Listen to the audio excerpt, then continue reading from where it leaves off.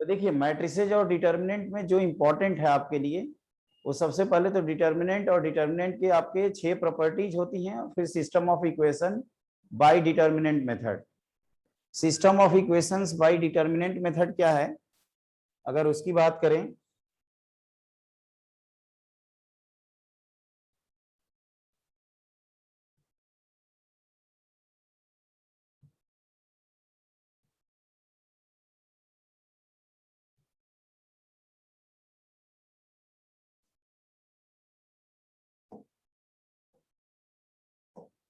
देखो determinant,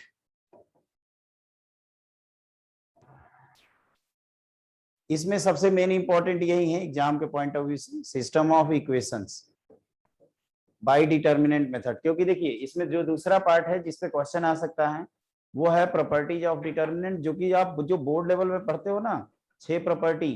reflection property, अगर determinant के सभी रो को सभी कॉलम में इंटरचेंज कर दे तो कोई फर्क नहीं पड़ेगा। अगर 2 रो या कोई भी 2 कॉलम को एक्सचेंज करेंगे तो एक माइनस साइन आएगा। तीसरा हम लोग पढ़ते हैं कि अगर के से मल्टीप्लाई करना हो तो किसी एक रो या किसी एक कॉलम में मल्टीप्लाई कर देंगे। फोर्थ प्रॉपर्टी होती है कि अगर आप कोई भी 2 रो या कोई भी 2 कॉलम प्रोपोर्शनल आएगा तो डिटर्मिनेंट की वैल्यू 0 होती है। मैंने कहा कोई भी 2 रो या कोई भी 2 कॉलम प्रोपोर्शनल है तो डिटर्मिनेंट की वैल्यू 0। पांचवा है आपका कि समेशन प्रॉपर्टी, अगर सम ऑफ एलिमेंट्स के फॉर्म में किसी भी रो या किसी भी कॉलम के डिटर्मिनेंट्स हैं तो हम उसके थ्रू ओपन कर सकते हैं। और जैसे सम ऑफ 2 एलिमेंट्स के फॉर्म में है तो उसको सम ऑफ 2 डिटर्मिनेंट्स, या सम ऑफ 3 एलिमेंट्स के फॉर्म में है तो उसको सम ऑफ 3 एलिमेंट्स में ओपन कर सकते हैं डिटर्मिनेंट को। अगली प्रॉपर्टी होती है कि डिटर्मिनेंट की वैल्यू हमेशा अनचेंज होती है। अगर आप r1 की value r1 plus lambda times r2 या c1 equal to c1 plus lambda times c2 के फॉर्म में लिखें। याद रखिएगा जैसे r1 को हम लोग रिप्लेस करते हैं तो r1 का कोफिशिएंट +1 होना चाहिए। अगर उसका कोफिशिएंट x है तो आपका डिटर्मिनेंट की वैल्यू, जो नए डिटर्मिनेंट आएगा वो पुराने डिटर्मिनेंट का x टाइम्स हो जाएगा। तो अगर हम चाहते हैं कि एग्जैक्ट सेम रहे तो x मस्ट बी 1, इसलिए हम लोग r1 equal to r1 plus lambda times r2 plus mu times r3 भी लिख सकते हैं। बस इसमें ये ध्यान रखिएगा कि ऑर्डर 3x3 डिटर्मिनेंट में हम जिस रो को चेंज करेंगे उसी स्टेप में उस रो को नहीं यूज करते हैं, पहले हम चेंज कर लेते हैं फिर यूज करते हैं। जैसे r1 को आपने r1 प्लस r2 लिख दिया तो उसी स्टेप में आप r1 को नहीं यूज कर सकते क्योंकि r1 डिस्टर्ब्ड है, ओल्ड r1 न्यू r1 हो जाएगा। तो पहले आप चेंज कर लीजिए फिर उसके बाद यूज करिए। अदरवाइज आप r2 r3 को चेंज कर सकते हैं क्योंकि r1 equal to r1 plus r2 में आपका r1 चेंज हुआ है, r2 पे कोई फर्क नहीं पड़ा है। तो ये बात को ध्यान रखिएगा। वैसे हम लोग इसको, ये जो 6 प्रॉपर्टीज होती हैं इसका बस एक ही ऑब्जेक्टिव होता है कि एक डिटर्मिनेंट को जल्दी से जल्दी कैसे ओपन किया जाए। और चूंकि हम लोग ये जानते हैं कि डिटर्मिनेंट के अगर 3x3 है तो आप किसी भी रो की एक रो आइदर r1 r2 r3 या कोई भी एक कॉलम c1 c2 c3 के थ्रू ओपन कर सकते हैं। इसमें बस ये ध्यान रखना कि आप किसी भी रो या किसी भी कॉलम के अलावा ओपन करिएगा, बस आपको करना क्या है, sum of product of elements multiplied by corresponding cofactors. तो ये एक पार्ट है। दूसरा पार्ट जो एग्जाम में आ सकता है वो आता है system of equations bye determinant method. वैसे ये जेईई मेन में भी था। तो इसमें करते क्या है, जैसे 2 तरह के इक्वेशन होती हैं, 2 स्ट्रेट लाइंस वाले कंसेप्ट तक से तो कर ही लोगे, और ये होता है a1x plus b1y plus c1z equal to d1। पहले non homogeneous system of equation देखते हैं और यही सबसे लेंदी केस होता है, c2z इक्वल टू d2 और a3x plus b3y plus c3z equal to d3। ये देखो बच्चों, ये अगर तीनों 0 हो गया तो होमोजीनियस मतलब, और नॉन होमोजीनियस इन्हीं के टर्म पे हैं, at least one of d1 d2 d3 is non zero. अगर ऐसा है तो इसको हम लोग नॉन होमोजीनियस कहेंगे, non homogeneous system of equation. और अगर सभी 0 हो गए, d1 d2 d3 सबके सब 0 हो गए तो इसको कहते हैं होमोजीनियस। ये होमोजीनियस का क्या कंसेप्ट है, होमोजीनियस का कंसेप्ट ये है कि अगर ये लेफ्ट साइड की डिग्री सेम है, सभी 1 डिग्री वाले टर्म हैं, और d1 को भी लेफ्ट साइड में ले जाओगे तो अगर ये 0 है तब तो कोई असर नहीं पड़ेगा, एक तरफ यूनिफॉर्म डिग्री के टर्म आएंगे इक्वालिटी के, दूसरी तरफ 0 आएगा, तो उसको हम लोग होमोजीनियस कहेंगे। लेकिन अगर इस तरह से कुछ लिखा है 2x + 3y माइनस मान लीजिए 2z + 9 = 0, तो ये नॉन होमोजीनियस है। और होमोजीनियस क्या है, तो जैसे हमने लिखा है यहाँ पे 2x + y - z = 0, this is known as homogeneous. Equality की एक तरफ 0 और एक तरफ यूनिफॉर्म डिग्री के टर्म है तो होमोजीनियस, और यहाँ पे नॉन यूनिफॉर्म है क्योंकि डिग्री 1 डिग्री 1 डिग्री 1 और डिग्री 0 अलग अलग टर्म है, तो इसको नॉन होमोजीनियस कहते हैं। बस ये ध्यान रखिएगा कि सिस्टम ऑफ इक्वेशंस है, तो ये नेचर ऑफ, मतलब आपने ये भी पढ़ा होगा कि ये 3D में क्या होते हैं, प्लेन रिप्रेजेंट करते हैं, प्लेन। और 3 प्लेन का नेचर ऑफ इंटरसेक्शन में 3 प्लेन या तो लाइन पे इंटरसेक्ट कर सकते हैं, या तो पॉइंट पे इंटरसेक्ट कर सकते हैं, या ट्रायंगुलर प्रिज्म या पैरेलल बन सकते हैं। जब भी प्लेन लाइन पे इंटरसेक्ट करेंगे, जैसे ये है, आप ये जो पेजेस हैं बुक के वो बाइंडिंग पे इंटरसेक्ट कर रहे हैं, तो plane intersect on a line, उसको कहते हैं हम लोग इनफाइनाइट सॉल्यूशन। और अगर आपके पॉइंट पे इंटरसेक्ट करते हैं, जैसे मान लीजिए ये जो पीछे हमारी वॉल है, जो साइड में वॉल है और जिसपे मैं खड़ा हूं, तीनों इस कॉर्नर में जाके इंटरसेक्ट करेंगे, तो उसको पॉइंट ऑफ इंटरसेक्शन कहते हैं। 3 point intersect on a plane, जैसे X Y Y Z Z X plane आपके ओरिजिन पे इंटरसेक्ट करते हैं, ठीक है। और तीसरा होता है बच्चों, एक जैसे नो सॉल्यूशन 2 केस में आता है, या तो ट्रायंगुलर प्रिज्म बन जाए। ट्रायंगुलर प्रिज्म का मतलब कि 3, एक इस तरह के प्लेन है और एक नीचे प्लेन है, तो ये दोनों का इंटरसेक्शन से हमें क्या बनेगा, लाइन, लेकिन तीसरे प्लेन से कोई मतलब नहीं है। और दूसरा केस ये हो सकता है कि तीनों में से कोई भी 2 प्लेन या तीनों प्लेन आपस में क्या हो जाए, पैरेलल हो जाए, तो इसको आप 3D वेक्टर से भी कनेक्ट कर सकते हैं। और वैसे अभी कैसे इसको करेंगे हम लोग सॉल्व, तो यहाँ पे 4 डिटर्मिनेंट निकालते हैं हम लोग। एक होता है डी या डेल्टा एक्स आप बोल सकते हैं, ये कोफिशिएंट जो है ना इनसे बना लो, a1 a2 a3 b1 b2 b3 c1 c2 c3। फिर दूसरा होता है डेल्टा ऑफ एक्स, या ये एक डिटर्मिनेंट का नाम है, आप डेल्टा 1 भी लिख सकते हैं इसको। इसमें करते क्या है, ये जो एक्स वाले टर्म्स हैं इसको रिमूव कर देते हैं कांस्टेंट वाले टर्म से, d1 d2 d3, और ये हो जाता है b1 b2 b3, और ये c1 c2 c3। उसी तरह से आप डेल्टा y लिख सकते हैं, y वाले टर्म रिमूव करेंगे, a1 a2 a3, यहाँ d1 d2 d3, यहाँ c1 c2 c3, और एक और आता है डेल्टा जेड, ये मैं यहाँ लिख देता हूँ, ये आएगा a1 a2 a3। अब जेड वाले टर्म रिमूव करेंगे, जेड वाले मतलब c1 c2 c3 को, b2 b3 c1 c2 c3। इन सब के प्रूफ ही होते हैं ये कि हम लोग x से मल्टीप्लाई करेंगे ना, डेल्टा में x से, तो आपका डेल्टा ऑफ x आ जाएगा, y से करेंगे तो ये आ जाएगा, और z से करेंगे तो ये डेल्टा ऑफ z आएगा, इसको z लिखते हैं। तो यहाँ पे रिजल्ट ये होता है, आप देख सकते हैं x इंटू डेल्टा करिए, तो डेल्टा आपका था a1, तो इस तरह से लिख सकते हैं a1x a2x a3x। Actually proof क्या होता है ना, कि प्रूफ समझने पे रटने की जरूरत नहीं पड़ती है, और कोई इन डेप्थ क्वेश्चन आएगा जेई टाइप का तो आप कर लेंगे।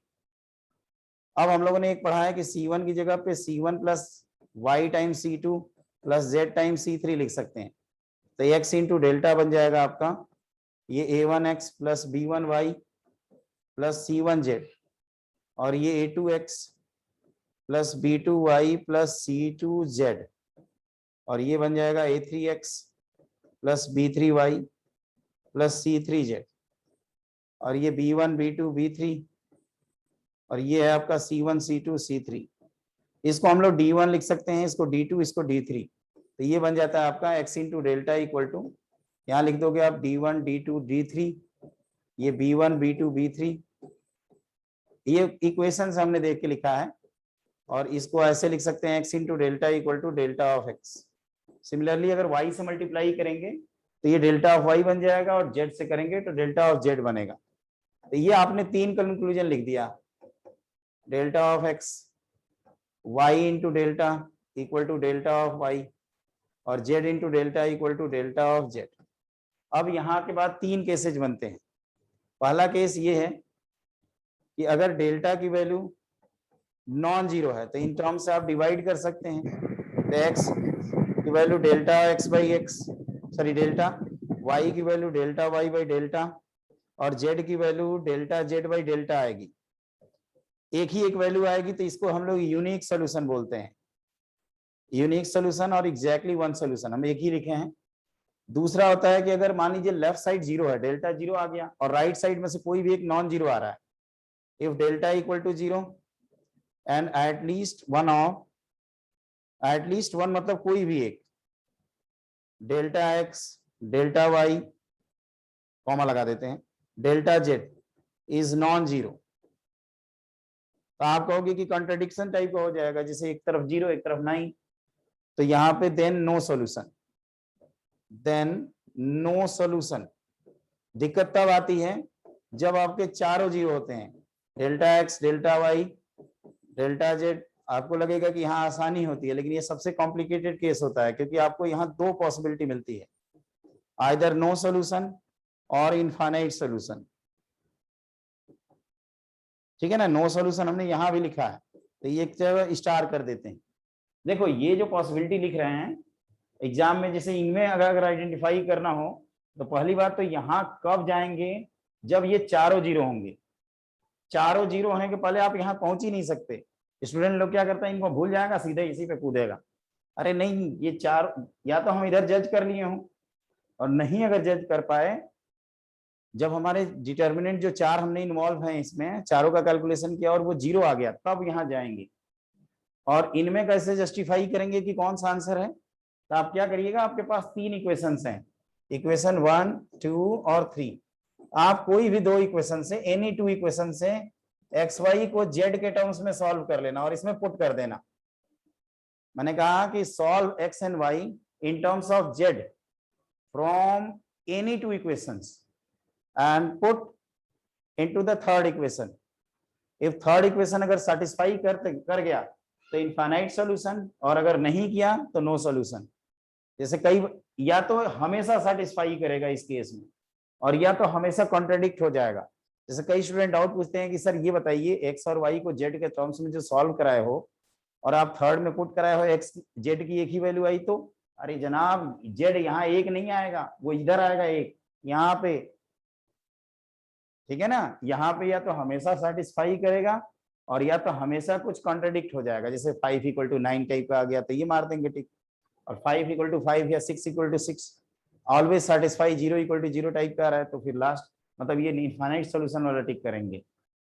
ठीक है, तो इसमें कोई कंफ्यूजन नहीं है, जब डेल्टा नॉन जीरो हो, जब डेल्टा जीरो हो और इनमें से कोई नॉन जीरो है तभी भी कोई कंफ्यूजन नहीं है।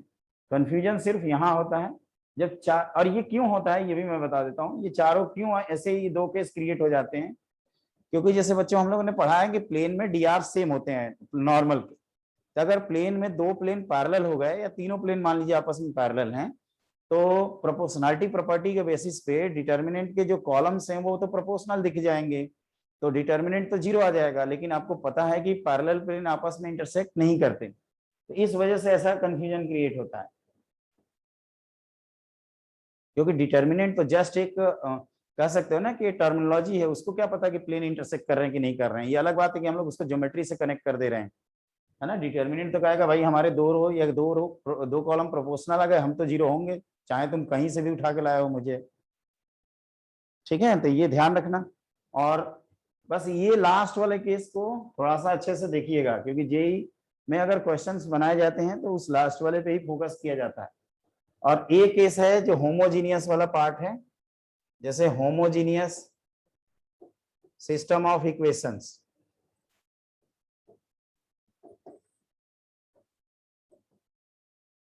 ये क्या है, तो इसमें हम लोग सभी के सभी को जीरो कर देंगे। ये जो कांस्टेंट टर्म्स हैं ये जीरो, दूसरा भी जीरो,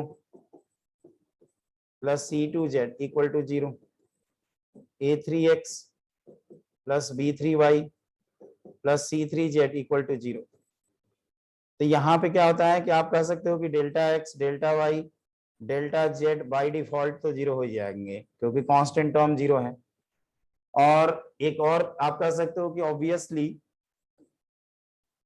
देख लेना स्पेलिंग अगर कुछ गलत हो तो, ऑब्वियसली एक्स वाई जेड इसकी 0 0 वैल्यू तो सेटिस्फाई कर ही रही है, ऑलवेज सेटिस्फाइज।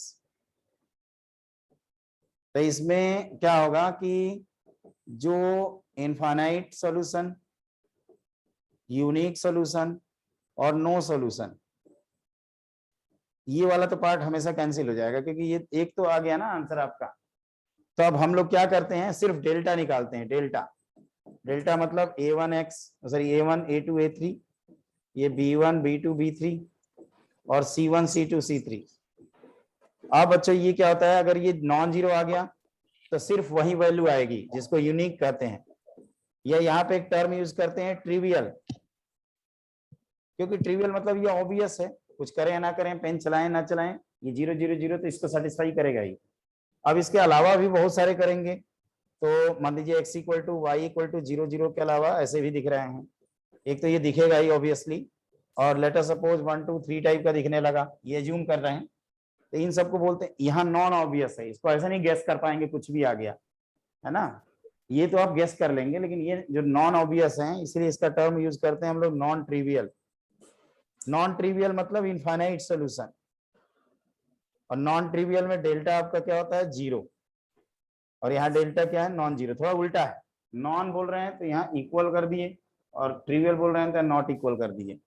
नॉन ट्रिवियल मतलब इनफाइनाइट, ऐसे सोचना, ट्रिवियल मतलब ऑब्वियस, जो हम लोग बिना कुछ किए आंसर कर सकते हैं। तो जब एक आंसर आ गया है तो नो सॉल्यूशन का पार्ट इस केस में एग्जिस्ट नहीं करता है।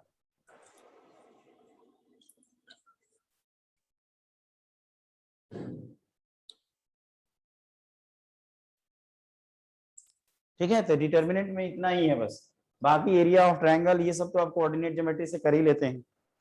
मैट्रिसेज में क्या क्या इंपॉर्टेंट है वो मैं बता देता हूं। सबसे पहले जो सिमेट्रिक और स्क्यू सिमेट्रिक मैट्रिक्स हैं, symmetric and skew symmetric matrix,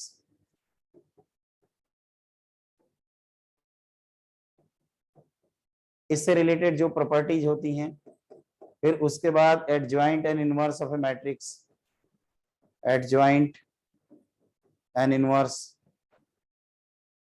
of A matrix, इसमें टोटल 12 प्रॉपर्टीज होती हैं, 12 प्रॉपर्टीज। इसमें कितनी होंगी, 3 4 होती हैं, अब गिना नहीं हूं, इसमें तो मैंने गिना है 12 है, इसमें 3 से 4 होंगी प्रॉपर्टी। और एक होता है आपका कैरेक्टरिस्टिक इक्वेशन, ये भी वैसे डायरेक्टली सिलेबस में नहीं है, लेकिन हम लोग कैलकुलेशन इजी करने के लिए करते हैं।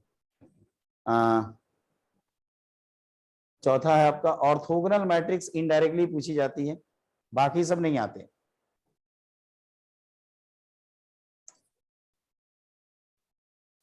इक्वेशन वाला आएगा नहीं, इसमें आएगा तो डिटरमिनेंट्स आप कर लेंगे। मेन ये वाला पार्ट होता है, ये वाला और ये।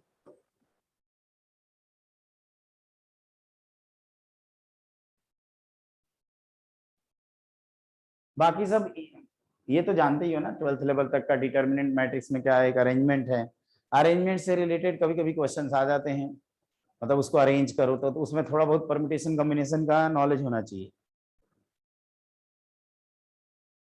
इसको मैं बता देता हूँ।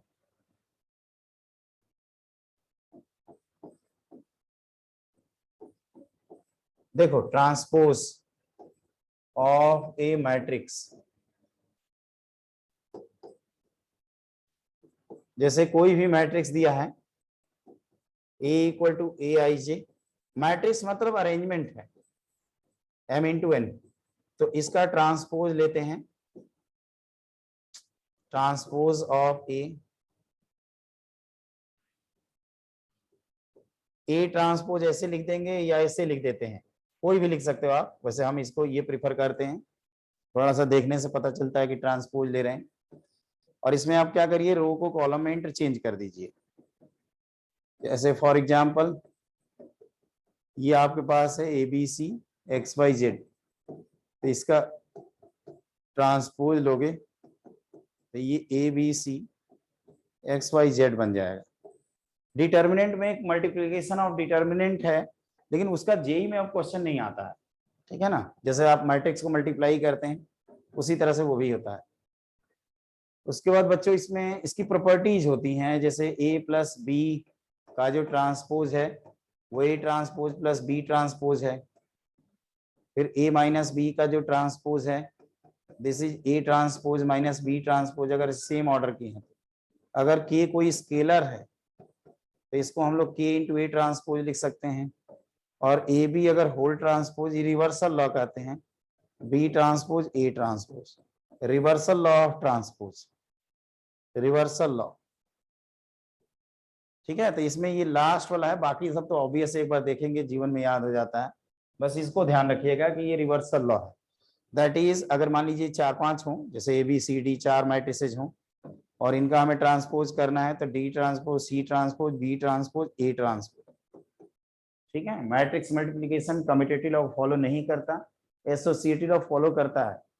कम्यूटेटिव लॉ फॉलो नहीं करता मतलब कि ए बी और बी ए दो अलग अलग चीजें हैं हम लोगों के लिए, तो उसमें आप ऑर्डर का ध्यान रखेंगे। एसोसिएटिव लॉ मतलब होता है ब्रैकेट शिफ्टिंग, ऑर्डर सेम रखते हुए आप किसी को भी पहले किसी को भी बाद में मल्टीप्लाई कर सकते हैं। अब देखो ये ट्रांसपोज जो कर रहे हैं ना, अगर आपने किसी मैट्रिक्स का ट्रांसपोज किया और वो खुद से वही मैट्रिक्स आ गया तो उसको कहते हैं सिमेट्रिक, और विथ नेगेटिव आ गया तो उसी को स्क्यू सिमेट्रिक। और आप कहोगे कि ट्रांसपोज और मैट्रिक्स को सेम करने का फंडा ये है, इसका मतलब मैट्रिक्स स्क्वायर है, तो स्क्वायर मैट्रिक्स के लिए ही सिमेट्रिक और स्क्यू सिमेट्रिक टर्म यूज करेंगे। वैसे 99% हम लोग स्क्वायर मैट्रिसेस ही पढ़ते हैं, है ना। तो सिमेट्रिक जब भी वर्ड दिखता है आपको कहीं भी ऑप्शन में या क्वेश्चन में, तो आपके पास ट्रांसपोज करने के अलावा और कोई विकल्प नहीं है, ये ध्यान रखिएगा। या इसी को और इलेबोरेट करें तो कंजुगेट एलिमेंट सेम हो जाते हैं, और every pair of ING।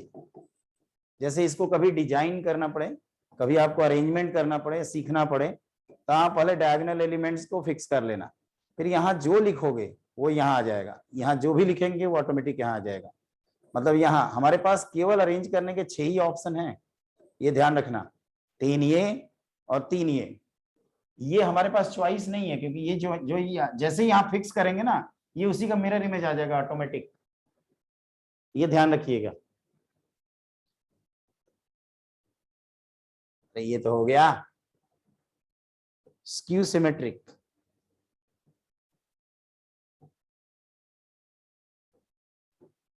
Skew symmetric matrix,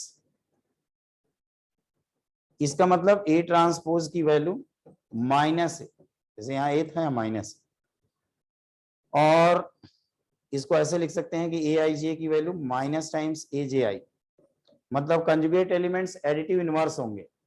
इसको जो लिखने का तरीका है, अगर आप ऑर्डर 3x3 की मैट्रिक्स लिखना चाहते हैं तो आप पहले डायगोनल एलिमेंट्स को 0 करिए।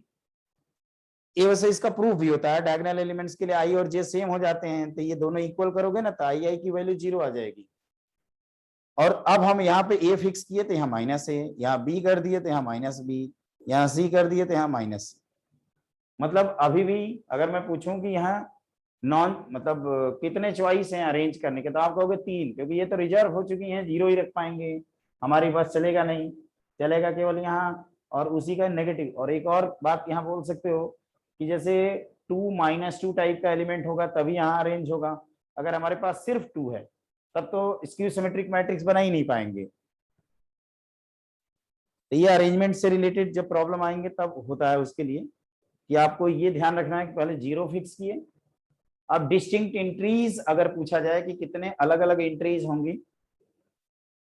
तो ये यहाँ पे काउंट कर सकते हैं। एक तो 0 रिजर्व है और इनको हम लोग डिस्टिंक्ट बना सकते हैं, तो 3 3 6 और 1 7। जैसे 2 और -2 तो हमारे लिए अलग अलग रहेंगे,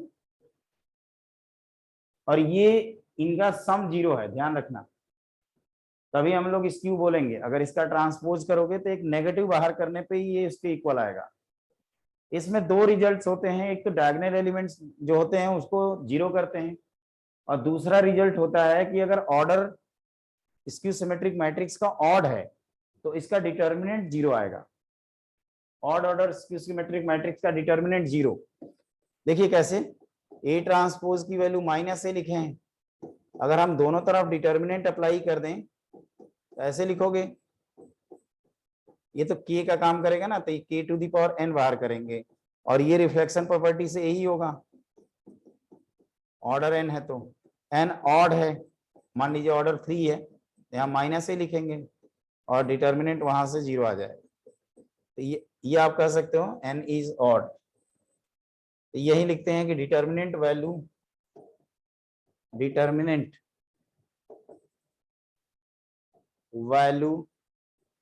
of A skew symmetric matrix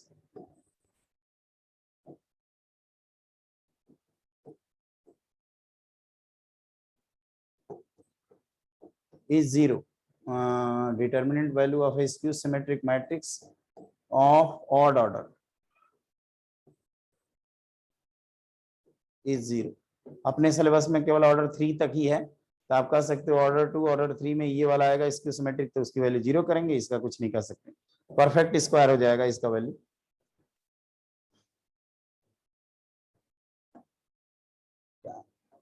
इसका और प्रॉपर्टी में और सब क्वेश्चन के माध्यम से होता है, बस एक छोटा सा ये ध्यान रखना कि ये कोई भी अगर सिमेट्रिक मैट्रिक्स है, सॉरी स्क्वायर मैट्रिक्स है, तो ये हमेशा सिमेट्रिक और ये हमेशा स्क्यू सिमेट्रिक होता है। अगर ए स्क्वायर मैट्रिक्स है तो इसी को यूज करते हुए हम लोग किसी भी स्क्वायर मैट्रिक्स को सम ऑफ सिमेट्रिक मैट्रिक्स और स्क्यू सिमेट्रिक मैट्रिक्स में लिख सकते हैं। अब एक बात याद रखना बच्चों, अगर यहाँ माइनस कॉमन लोगे ना तो उसी को डिफरेंस बोलने लगते हैं, तो वो एक ही बात है, सम या डिफरेंस ऑफ सिमेट्रिक मैट्रिक्स और स्क्यू सिमेट्रिक मैट्रिक्स।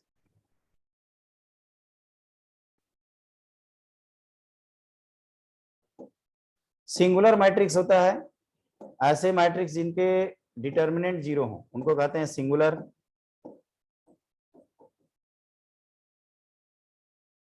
मतलब डिटर्मिनेंट 0। एक होता है ऑर्थोगोनल, ऑर्थोगोनल कहीं आएगा तो a इंटू ए ट्रांसपोज की वैल्यू आई कर देंगे, है ना। ये 2 आते रहते हैं, बाकी वो आइडेम्पोटेंट, नीलपोटेंट, इनवॉल्यूमेंट्री, ये सब बुक में दिया रहता है, कभी आएगा नहीं जेई में। जैसे आपका कभी कैलकुलेशन लेंदी हो ना और बहुत सारे मैट्रिसेस हो, तो एक बार उनका प्रोडक्ट करके देखना, आई आ जाता है, तो वो बहुत चीजें आसान हो जाएंगी। जैसे एक क्वेश्चन है आपका अभी सीट में हम लोग करेंगे, तो ये जैसे स्टूडेंट पूछते हैं कि कैसे हमें पता चलेगा सर कि इसको करना है, तो एक्चुअली क्या होगा ना, सीरीज टाइप का दिया रहेगा, और जब तक आप चीजों को सिंप्लीफाई नहीं करेंगे तब तक वो क्लियर नहीं होगा, क्योंकि आप 2 मैट्रिक्स 3 मैट्रिक्स मल्टीप्लाई कर सकते हैं एग्जाम में, ऐसा नहीं हो कि 20 मैट्रिक्स आप मल्टीप्लाई कर रहे हैं वहां बैठ के, ठीक है। Adjoint of A matrix, of A square matrix basically, ये जो हम लोग को फैक्टर पढ़ते हैं ना, जैसे a equal to a i जे दिया m into n into n, तो इसको बोलते हैं एडजॉइंट ऑफ a।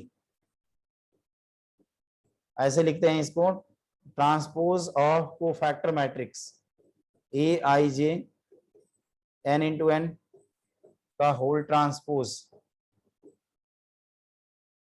इसको एक लाइन में ऐसे लिखा जाता है कि transpose of cofactor matrix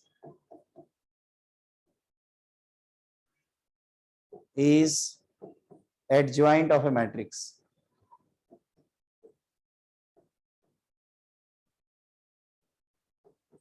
order 2 का आप शॉर्टकट जानते हैं, ऑर्डर 3 में शॉर्टकट मत मारिएगा, है ना। उसके बाद आराम से निकाल लीजिएगा कभी जरूरत पड़े तो, इनवर्स ऑफ ए मैट्रिक्स।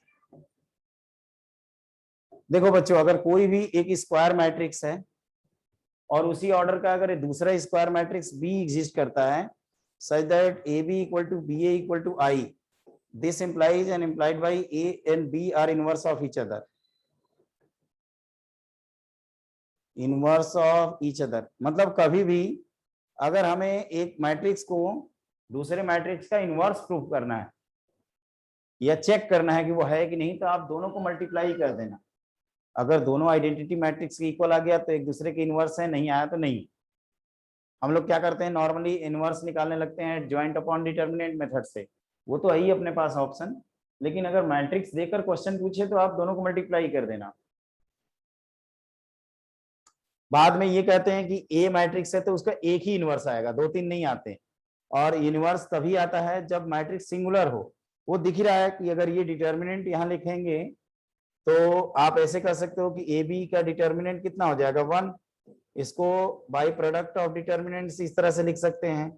तो ये तभी हो सकता है जब determinant a non zero and simultaneously determinant भी क्या हो जाए, non zero, that is matrix is non singular.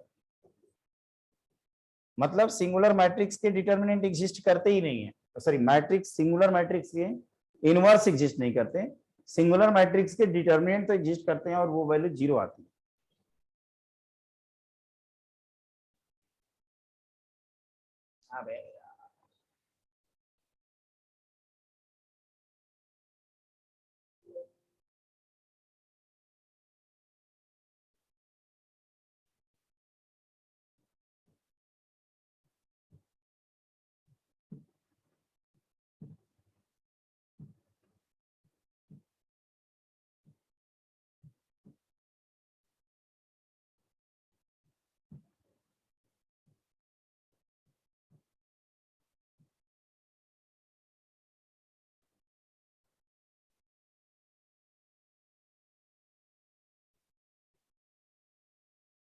देखो इसमें 1 दर्जन प्रॉपर्टी कौन सी हैं जो मैं बार बार बोलता रहता हूं, properties of adjoint and inverse of A matrix.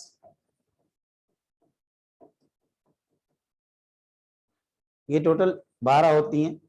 पहला है कि किसी भी स्क्वायर मैट्रिक्स ए के लिए A into adjoint of A is equal to adjoint of A into A equal to determinant of A into I होता है। ये ऑब्वियस रिजल्ट है, इसको जस्टिफाई कर सकते हैं। अब यहीं पे क्या होता है कि अगर डिटर्मिनेंट ए की वैल्यू नॉन जीरो है तो हम इस टर्म से डिवाइड कर देते हैं दोनों तरफ।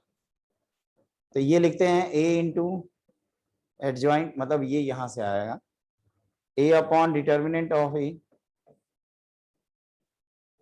Equal to adjoint of A upon determinant of A times A equal to I. और अभी A B equal to B A equal to I पढ़ रहे थे, तो यहां से हमें ए इनवर्स का वैल्यू मिल जाता है एडजॉइंट ए अपॉन डिटर्मिनेंट ए।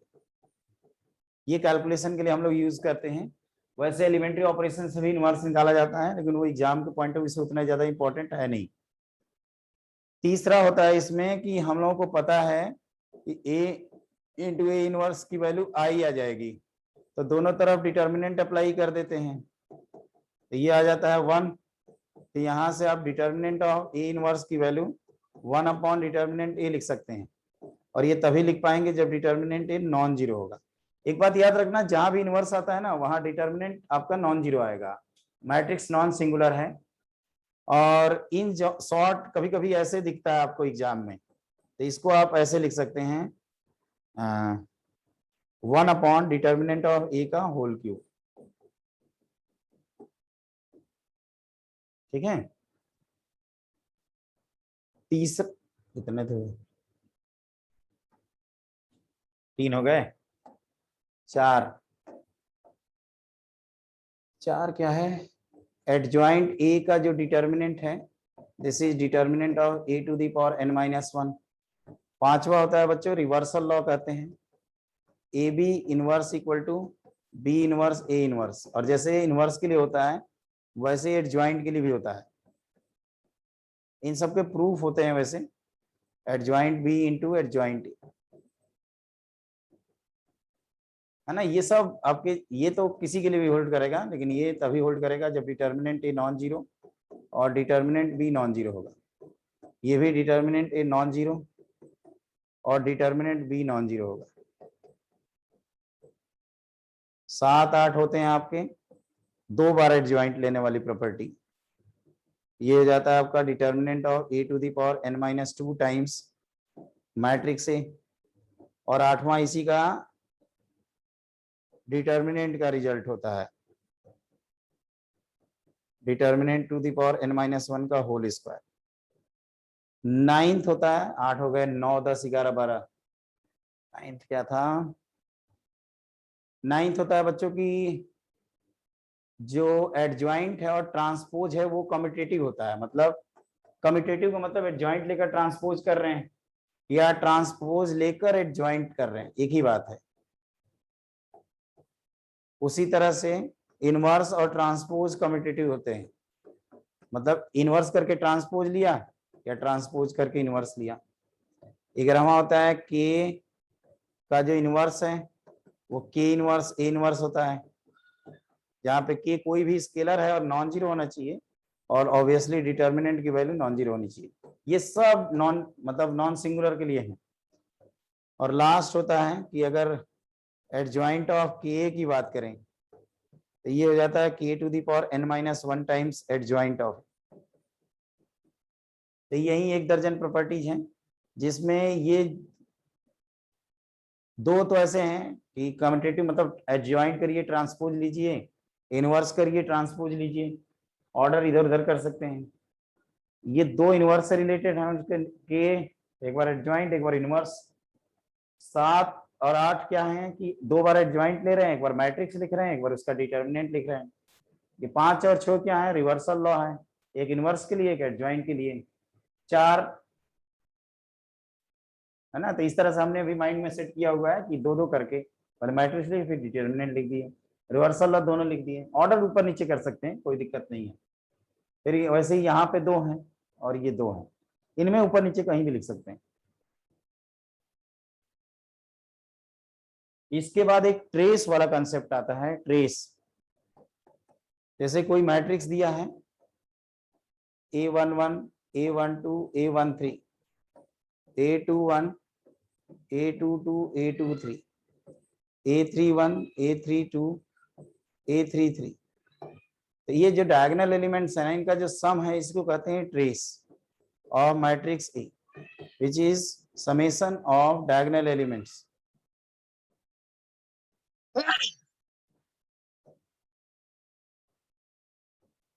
मतलब A11 plus A22 plus A33। पहली बात तो यहाँ कुछ प्रॉपर्टीज होती हैं कि trace of A equal to trace of a transpose होता है। ट्रांसपोज करने से डायगोनल एलिमेंट्स की लोकेशन चेंज नहीं होती। ए बी और b a in general equal नहीं होते, लेकिन ट्रेस निकालोगे तो ए बी और बी ए का जो ट्रेस है वो सेम आ जाएगा। और तीसरा होता है इसमें जो कॉमन है, अल्फा टाइम्स ए करेंगे तो अल्फा बाहर और ट्रेस ऑफ ए आ जाएगा। ये 3 मेन प्रॉपर्टी होती हैं ट्रेस से रिलेटेड।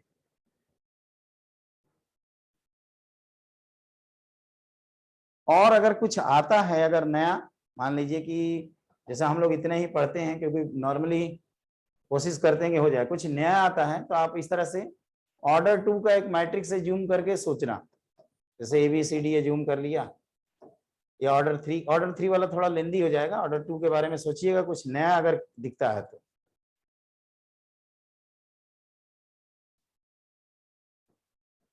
और एक है जो हमने लिखा था कैरेक्टरिस्टिक इक्वेशन, स्पेलिंग देख लेना, कैरेक्टरिस्टिक इक्वेशन। ये होता है किसी भी मैट्रिक्स की कैरेक्टरिस्टिक इक्वेशन होती है, determinant of A minus x times i equal to 0। और ए कोई भी स्क्वायर मैट्रिक्स हो सकता है, A equal to AIJ n cross n।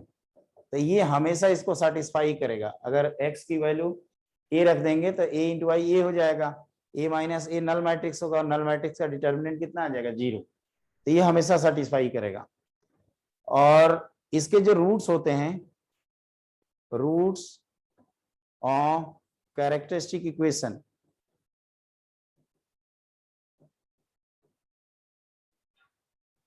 Characteristic root बोलते हैं इसको, characteristic roots.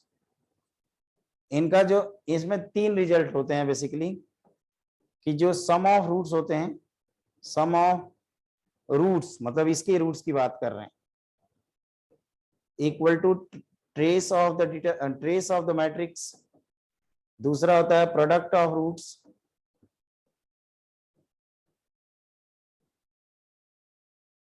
Equal to determinant value. And तीसरा होता है आपका degree degree of characteristic equation, spelling देख लेना, लग रहा है गलत लिखे हैं, equal to order of matrix. और यहीं से पहचानते हैं, ये फंडा यूज करना है आपको। कैसे पता चलेगा एग्जाम हॉल में, इसको देख के कि अगर मान लीजिए ऑर्डर 3 का एक मैट्रिक्स है और एक क्यूबिक इक्वेशन सेटिस्फाई करने की बात कर रहे हैं, इसका मतलब वो क्यूबिक इक्वेशन कैरेक्टरिस्टिक इक्वेशन ही है। ऑर्डर 2 की अगर मैट्रिक्स है और क्वाड्रेटिक सेटिस्फाई कर रहा है, इसका मतलब वो क्वाड्रेटिक कैरेक्टरिस्टिक इक्वेशन ही है। ऑर्डर 2 की मैट्रिक्स क्यूबिक इक्वेशन को सेटिस्फाई कर रही है, ये एक ऑर्डर 3 की मैट्रिक्स क्वाड्रेटिक को सेटिस्फाई कर रही है, उस समय ये गलती से भी भूल के भी कंसेप्ट नहीं लगाएंगे, ये तभी लगाएंगे जब ये मिलेगा। मतलब ऑर्डर 3 अगर मैट्रिक्स है तो क्यूबिक, ऑर्डर 2 के लिए क्वाड्रेटिक, बस ऑर्डर 1 करके तो कुछ होता नहीं है ना, हम पढ़ते हैं।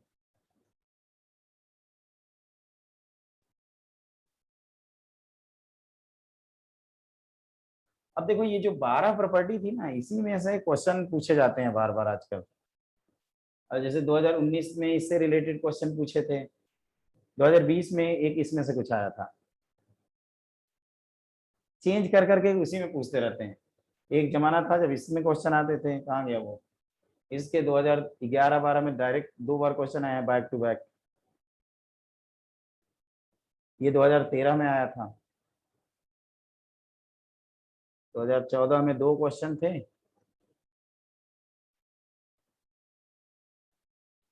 15, एक और आता है देखा हूँ 16 में आया था वो। कि जैसे एक बात याद रखना कि कभी कभी क्या होता है ना, किसी मैट्रिक्स को हम लोग इस तरह से लिख पाते हैं और ए की पावर एन करना होता है तो आई प्लस बी की पावर एन कर देते हैं, एन नेचुरल नंबर है और हमें मालूम है कि b into i equal to i into b, और ये बी के इक्वल होता है, तो आप यहाँ बायनोमियल एक्सपेंशन यूज कर सकते हैं, n c 1 times b, n c 2 times b square, n c n times b की पावर एन, है ना। ये 2016 का है। 2017 के जो क्वेश्चन थे उसमें एक था कि किसी भी मैट्रिक्स का अगर ये करेंगे तो ये हमेशा क्या होगा, 0 से ग्रेटर आएगा। 2018 में इक्वेशन से रिलेटेड आए थे, 2019 वाले थोड़ा खतरनाक थे, 2020 में भी सिंपल आया था, है ना। 10, 11 तो बहुत सिंपल। 10 में एक कंसेप्ट आया था कि जैसे 2-3 प्लेन है तो कभी भी 2 जगह इंटरसेक्ट नहीं करेंगे, या तो वो एक जगह करेंगे या तो इनफाइनाइट जगह करेंगे, 2 पॉइंट ऑफ इंटरसेक्शन नहीं होते। 6 के बाद 7, 7 में प्लेन क्वेश्चन आए थे। 8,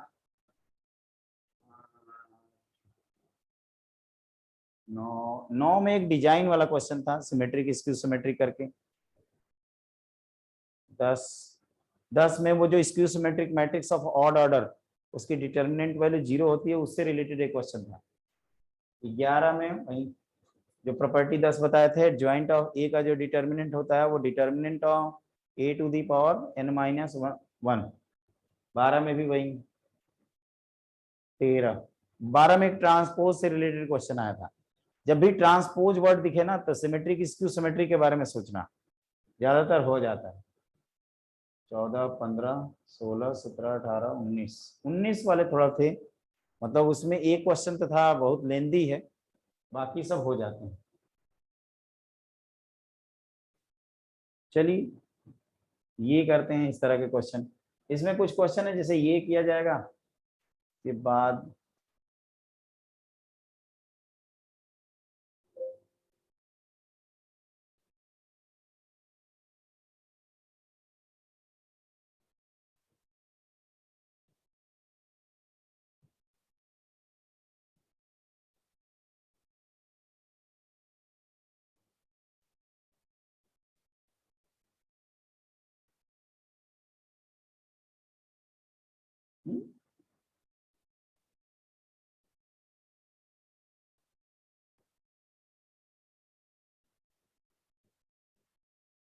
क्लास स्टार्ट हुई थी तो 5-6 थे, अभी 2 हो गए। बाकी सब कहाँ गए जी, मिर्जापुर?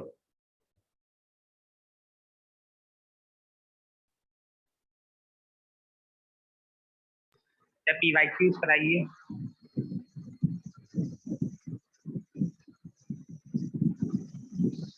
तुषार और हर्ष हैं, 2 लोग हैं। ये तो लग रहा था 7-8 आए थे, सब भाग गए सब।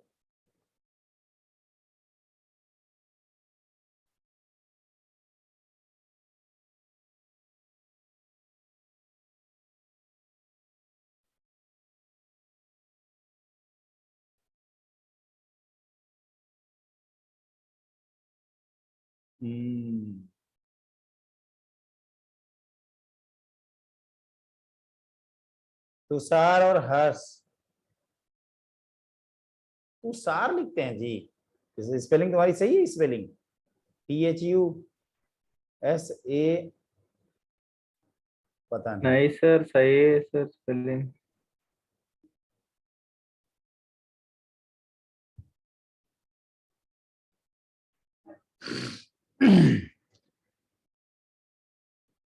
सही जी सर, क्वेश्चन पीछे लिखा है सर, ये प्रीवियस ईयर है। एक और आया एस्पिरेंट्स। देख सोचा होगा कि ये 1 घंटे बाद खत्म हो गया होगा थ्योरी, बक बक बक बक बक बक बक बक सर कर रहे हैं। चलो अब चलते हैं। सर ये क्वेश्चन पी वाई क्यूज है क्या? देखो इस तरह के क्वेश्चन का ना कोई मतलब क्या कहते हैं उसको कि फॉर्मूला नहीं है इसको करने का।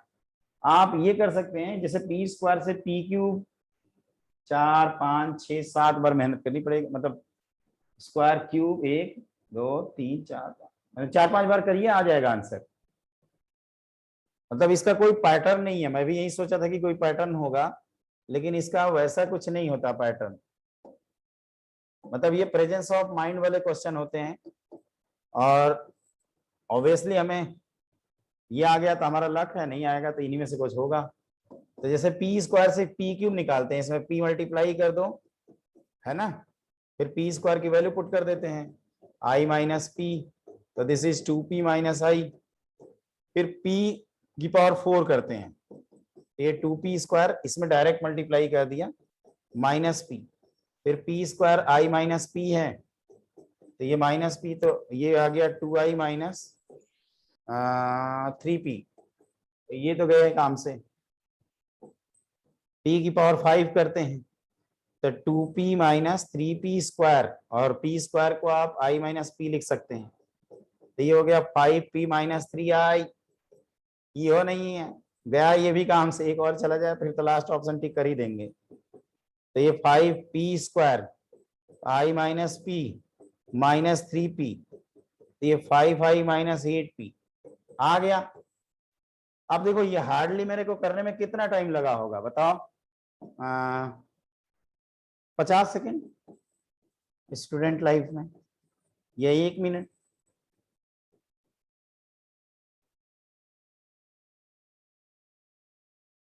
इतना तो हम कर ही सकते हैं। हाँ, ये अगर 100 200 300 रहते ना, तब फिर क्या होता है कि हमारे पास कोई ना कोई पैटर्न जनरेट हो जाता है, क्योंकि वो बेवकूफी थोड़े करेंगे कि बैठ के वहीं कर रहे हैं 100 बार मल्टीप्लाई। अरे 5 बार 4 बार कर सकते हैं। कितनी बार किए? 1 2 3 4 बार, 4 बार किए हैं, ठीक है। तो इसका कोई, भाई तुम कहाँ हो?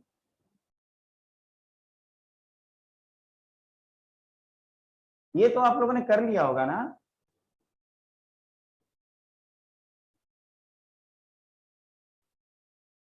कहो कि आप डिस्कस कर दिए सर, कुछ पूछिए उछिए मत।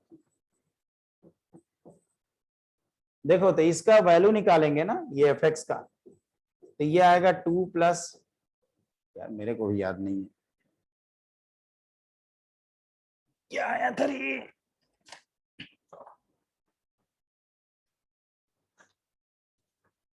2 प्लस साइन 2x, और यहां तक पहुंचोगे कैसे? तो सब्ट्रैक्ट करते हुए पहुंच जाना। इसकी मैक्सिमम वैल्यू को कह रहा है अल्फा, तो अल्फा इसका मतलब 3 हो जाएगा, और जो बीटा है वो मिनिमम कह रहा है। मिनिमम मतलब इसकी मिनिमम वैल्यू -1, तो ये 1 आएगी।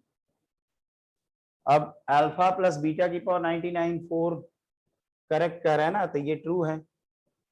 इसका क्यूब करेंगे तो 27 - 1, ये भी ट्रू है। अल्फा की पावर 2n माइनस बीटा की पावर 2n, ये अगर लिखेंगे ये आप लिखते हो बच्चों, ये हमेशा क्या आएगा, odd minus odd even he होता है। तो कहोगे कि सर सब कुछ तो सही हो गया, इसका मतलब ये भाई साहब जरूर गलत होंगे। और ये हैं क्या, थोड़ा चेक किया जाए। तो अल्फा मतलब 3 1 और 2, कहोगे कि इससे कहाँ ट्रायंगल बनता है सर, 1 + 2 = 3, कौन सा ट्रायंगल बना रहे हो आप, तो ये फॉल्स है।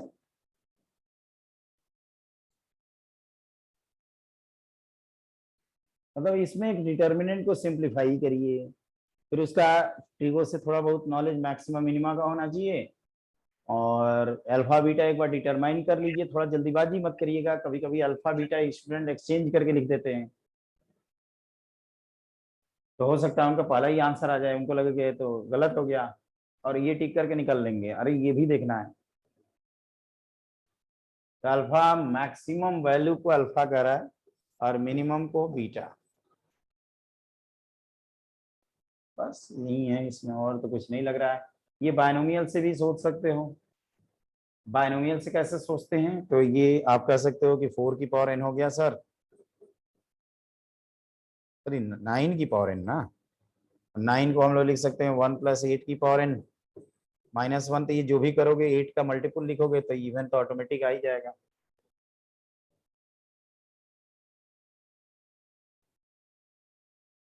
अगला देखिए a0 a1, ये सब नंबर्स एपी में है, इसका कॉमन डिफरेंस d है, नॉट इक्वल टू 0 +-1 कुछ होगा, देन द वैल्यू ऑफ,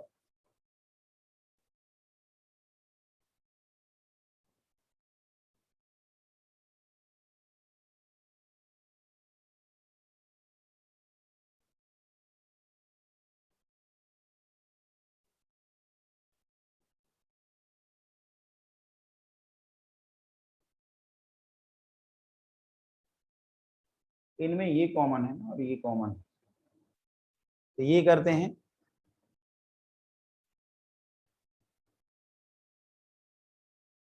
एक काम करते हैं, पहले C2 की जगह पे C2 - C1 कर देते हैं, ताकि ये सब D बन जाए और हमारे लिए 0 बनाना आसान हो।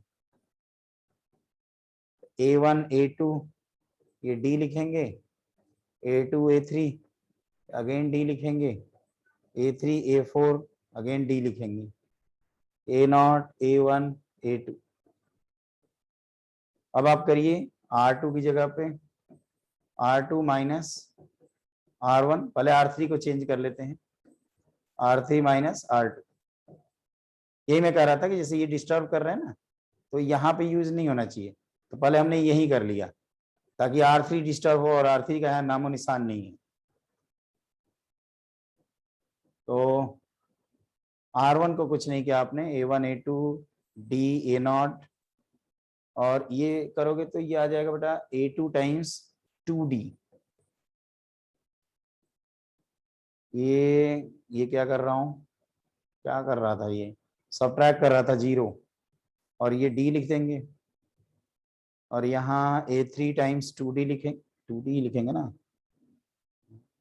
हाँ, और ये 0 और ये D लिख दोगे, इसको तो ओपन कर सकते हैं क्योंकि 2 0 बन चुका, अब क्या चाहिए हम लोगों को, तो -D, और इसके कोफैक्टर में आएंगे तो एक 2D² कॉमन, और आप कहोगे कि जनाब A2 - A3 आएगा जिसको -D लिख सकते हैं, तो ये 2D की पावर,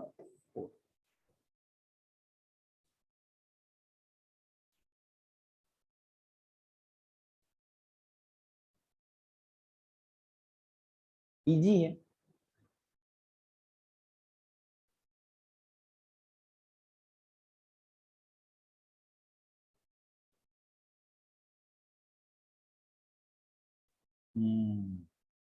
कोई प्रॉपर्टी काम नहीं आ रही है, हाँ यहाँ देखते हैं कुछ हो सकता है।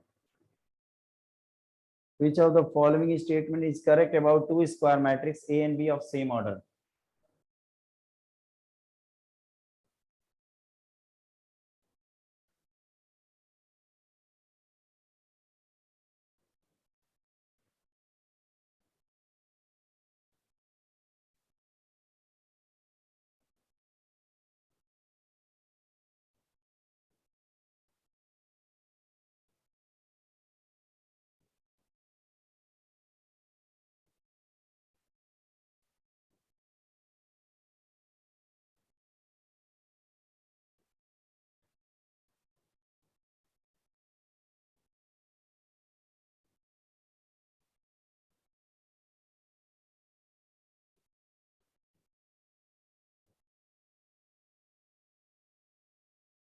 ट्रेस का मतलब हमने आपको बताया था डिटर्मिनेंट में, सॉरी, जो मैट्रिक्स होती है उसमें डायगोनल एलिमेंट्स का सम।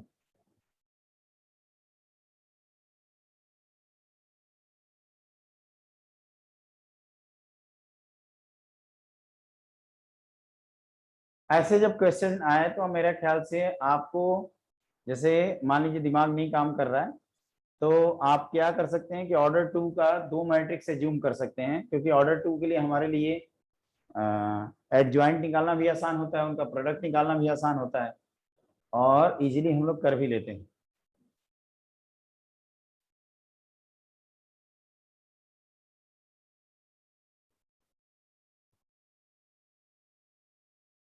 क्योंकि इसका कोई और उपाय नहीं है, मतलब कोई प्रॉपर्टी नहीं है जिससे मैं बता दूं और ये क्वेश्चन सॉल्व हो जाएगा। हाँ, वो हमने 3 लिखवाए थे कि trace of A B equal to trace of B ए।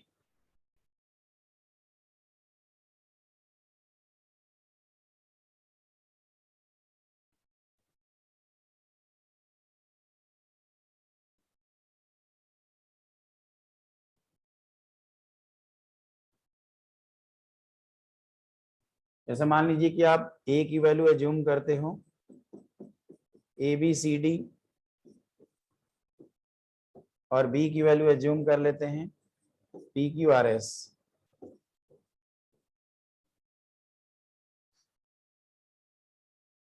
लेंदी हो जाएगा।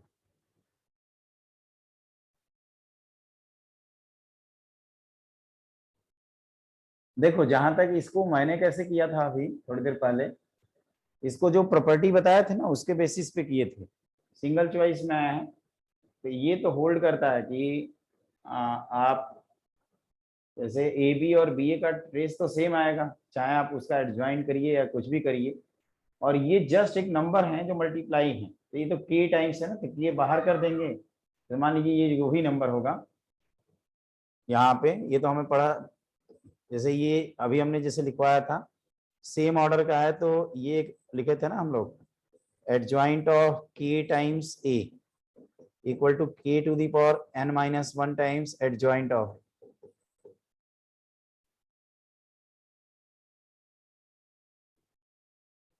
तो एडजॉइंट इज जस्ट मैट्रिक्स, तो आप ये दोनों के वैल्यू सेम होती हैं, तो यहाँ से आप कह सकते हो कि ये जैसे बाहर करेंगे, यहाँ से भी ये बाहर करेंगे तो वो कॉमन आ जाएगा इंटायरली, और trace of adjoint of A B और trace of adjoint of B ये दोनों सेम हो जाएंगे, तो ये वैल्यू तो ट्रू आ जाएगी। इनके लिए आपको मेहनत करनी पड़ेगी, इसके लिए ये तो आसान है, दूसरा वाला, पहला वाले में टाइम टेकिंग है, तो आप इस तरह से जस्टिफाई करना, है ना, मैंने भी किया था, एक पेज लगा था, उससे आता नहीं है वैसे। और ये लास्ट वाला है डी, इसमें क्या है कि ए बी ट्रांसपोज लिख रहे हैं, जैसे मान लीजिए वो मैट्रिक्स पी लिखे हैं और माइनस बी ए ट्रांसपोज लिखा गया है, तो ए सिमेट्रिक मैट्रिक्स है और बी स्क्यू सिमेट्रिक है, तो आप ये बेसिकली क्या लिख रहे हैं, बी स्क्यू सिमेट्रिक है, तो दिस इज माइनस बी और दिस इज माइनस, तो ये हो जाएगा minus A B plus B A. अगर इसका आप ट्रांसपोज लोगे ना, जैसे मान लीजिए हम ट्रांसपोज लेते हैं, तो ये ऐसे कुछ आ जाता है, माइनस टाइम्स ए बी का ट्रांसपोज प्लस बी ए का ट्रांसपोज। अच्छा, ये ट्रांसपोज क्यों कर रहे हैं आपको अगले स्टेप में पता चलेगा, b a transpose a transpose, a transpose b transpose. आप डायरेक्टली भी कर सकते थे ट्रांसपोज, है ना, बिना इसके रिजल्ट को यूज किए।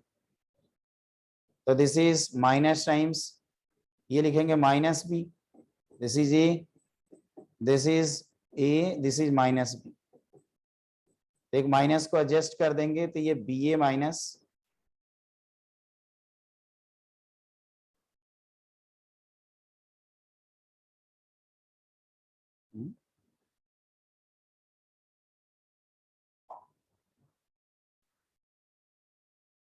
ये प्लस हो जाएगा ना कुल मिला के। हाँ, b a plus a b, मतलब ये ऐसे कुछ आ जाता है यहाँ पे, p transpose equal to minus p, तो पी तो स्क्यू निकला, और स्क्यू निकला तो इसका ट्रेस तो जीरो आएगा, ये गलत दिया है, सारे डायगोनल्स आपके जीरो होते थे ना, डायगोनल एलिमेंट्स का आप ऐसे कर सकते हो कि all the diagonal elements of skew symmetric matrix is zero, ये वाला आप चेक करना खुद से, है ना, ये हमने किया था, काफी लेंदी है इसलिए मैं नहीं कर रहा हूँ इसको। ये इजीली हो जाएगा यहाँ पे a plus B minus B से। देखो a skew symmetric matrix of order 2 है, skew symmetric matrix A transpose की वैल्यू माइनस है और B and C are respectively. आप ऐसे कर सकते हो कि जैसे मैंने बताया था ना कि ये बी स्क्वायर सी स्क्वायर करना है, तो जैसे आप बी सी करते हो 1 4 2 9 और ये 9 माइनस 4 माइनस 2 1, ये आप पता करेगा कि तो ये आई आ जाएगा, और बी सी अगर आई है तो सी बी भी आई हो जाएगा। जैसे हम लोगों ने पढ़ा था ना कि ए बी अगर आई के इक्वल है इनवर्स में तो बी ए भी आई के ही इक्वल होता है, और ये आ भी जाता है प्रूफ करने पे। आप कह सकते हो कि ये जो मैट्रिक्स पी लिखने जा रहे हैं आप, इसको आप बी स्क्वायर जो सी स्क्वायर है ए ट्रांसपोज,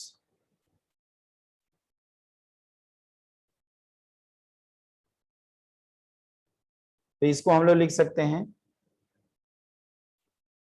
एक मिनट ये मैंने गलत लिखा है, अच्छा ये तो मैंने उसके रिलेट करके बताया ना, तो ये है ऐसे लिख सकते हो b b c c a transpose, तो ये बी सी को आई करेंगे फिर बी सी को आई करेंगे तो ये तो गायब ही हो जाएगा, ए इंटू ए ट्रांसपोज आएगा, और पी ट्रांसपोज किया जाएगा तो ए इंटू ए ट्रांसपोज का transpose, reversal law A into A transpose which is P, तो पी सिमेट्रिक मैट्रिक्स आ जाएगा, सिमेट्रिक।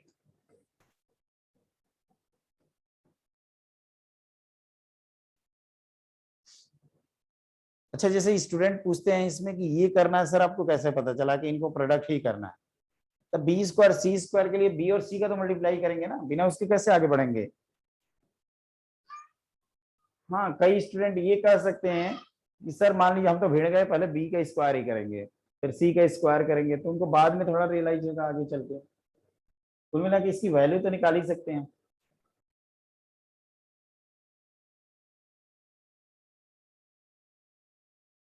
ऑप्शन को लेकर कोई कंफ्यूजन है नहीं। और मान लीजिए कि किसी स्टूडेंट ने, लेकिन हाँ ए इंटू ए ट्रांसपोज इसका कहीं यूज नहीं किए, ये स्क्यू सिमेट्रिक का, let B be the square matrix such that determinant of B equal to 1 and 2A plus B equal to B transpose minus A transpose, then A plus B का determinant है उसकी value की बात कर रहा है।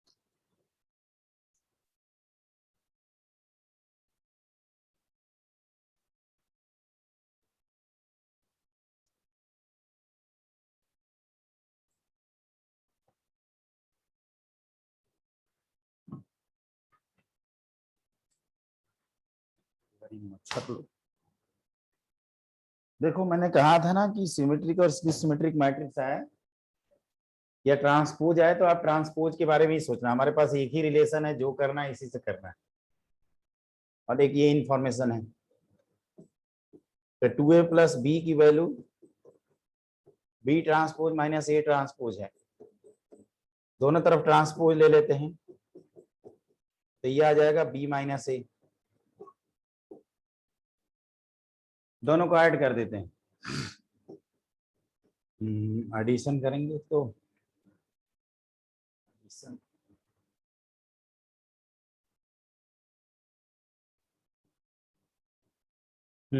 Add कर दो इनको, तो we get,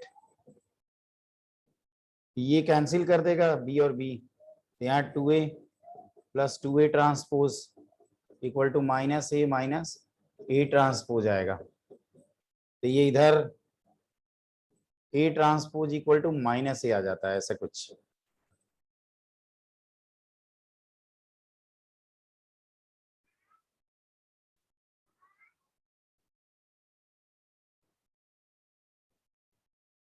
A plus A transpose equal to 0, तो ए ट्रांसपोज की वैल्यू माइनस।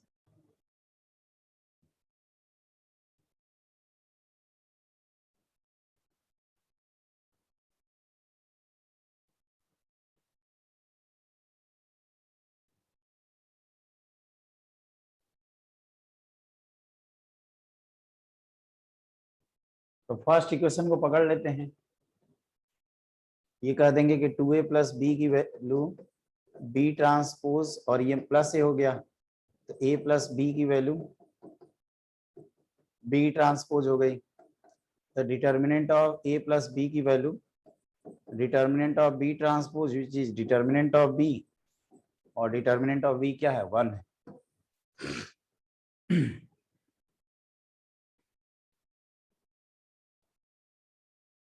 मतलब आप एक इक्वेशन को ट्रांसपोज करते हैं और दोनों को ऐड करने से आपका ए ट्रांसपोज की वैल्यू माइनस ही आ जाती है। फिर ए प्लस बी पता चलता है आपको बी ट्रांसपोज के इक्वल है, और बी ट्रांसपोज का जो डिटर्मिनेंट है वो determinant of a plus b है, और ए प्लस बी और बी ट्रांसपोज का डिटर्मिनेंट हम लोग को सेम मिलता है बाय रिफ्लेक्शन प्रॉपर्टी। अगला है A is the square matrix such that determinant of A equal to 9 and adjoint of A का जो डिटर्मिनेंट है वो 3 टू द पावर 16 है। तो आप कह सकते हैं, इसका अभी एक फॉर्मूला लिखवाया था, determinant of a to the power n minus 1, this is 3 की पावर 16, तो this is 9 to the power n minus 1। इसको 9 की पावर 8 लिख सकते हैं, तो n की वैल्यू 9 आ जाएगी। अब 9 अगर ए स्क्वायर मैट्रिक्स है तो 9 ऑर्डर का अगर है 9 क्रॉस 9 का, तो उसमें नंबर ऑफ एलिमेंट्स कितने होंगे, 81। अरे कई तो जल्दीबाजी में 9 को टिक कराते हैं, कहते हैं सर n आ गया था ना तो हमने इसी को टिक, अबे ये नहीं, नंबर ऑफ एलिमेंट टिक करना है गुरु, नंबर ऑफ एलिमेंट। यहाँ ऑर्डर आपने 9 क्रॉस 9 का लिखा है, तो यहाँ नंबर ऑफ एलिमेंट्स 81 है।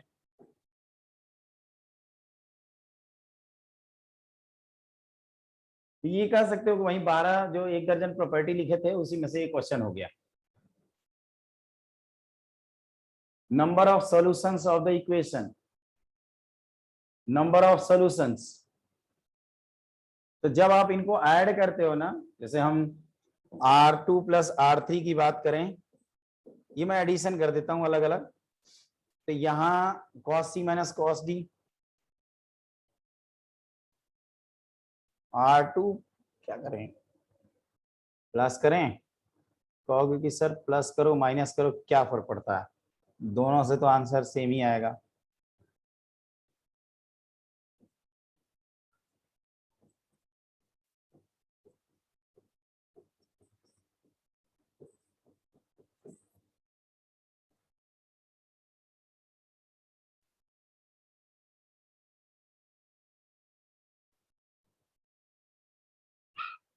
Sign theta, cos theta, sine 2 theta, इनको ऐड करना पड़ेगा। कॉस, इसको जैसे ओपन करें तो cos theta, cos a cos b minus sine a sine b, और ये माइनस, ये ऐसे कुछ आ जाता है, minus sine theta minus cos theta और माइनस साइन 2 थीटा, शायद ऐसे ही कुछ आता है। तो आप कहते हो कि ये दोनों प्रोपोर्शनल लिख लें, तो ये तो वैल्यू 0 हो जाएगी फॉर ऑल थीटा, मतलब हर थीटा के लिए ट्रू आ जाएगा, मतलब इनफाइनाइट सॉल्यूशन। ये मैंने किया हुआ है इसलिए मेरे को पता है, आप नहीं किए हो तो क्या करोगे, इसको सिंप्लीफाई करोगे पहले।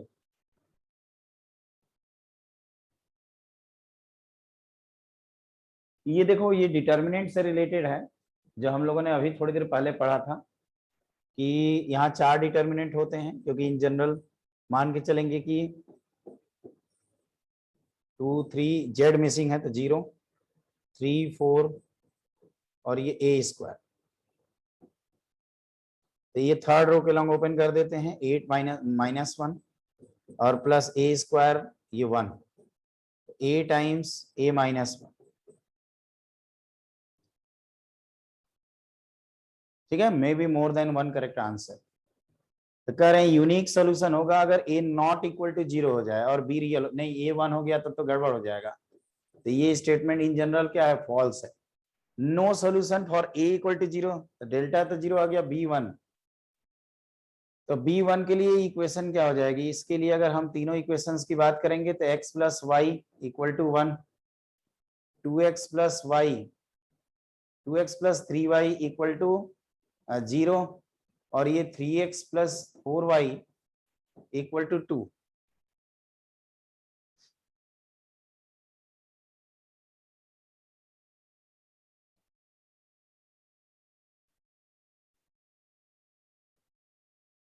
तो इसको हम लोग सॉल्व कर सकते हैं, ये 2 हो गया, सब्ट्रैक्ट कर दें तो हमें माइनस वाई की वैल्यू कितनी मिल गई, 2, तो y माइनस 2 मिला, और x प्लस वाई 1 था, तो x माइनस 2 इक्वल टू 1, तो x की वैल्यू 3 मिल गई।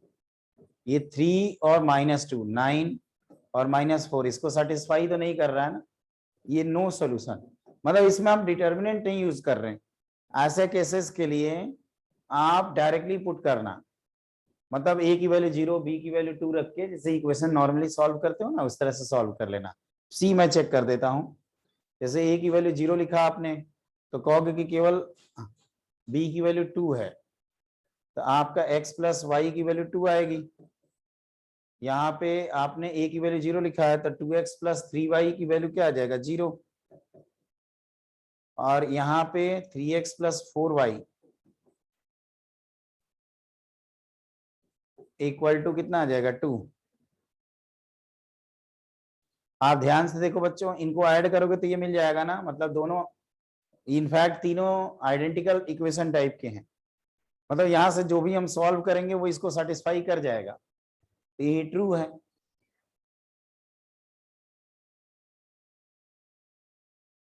एक बार चेक कर लेते हैं यार कहीं, 2x plus 2y equal to 4 और 2x plus 3y equal to 0 subtract करेंगे तो माइनस वाई की वैल्यू 4, मतलब y माइनस 4, तो x कितना मिल जाएगा, 6, 18।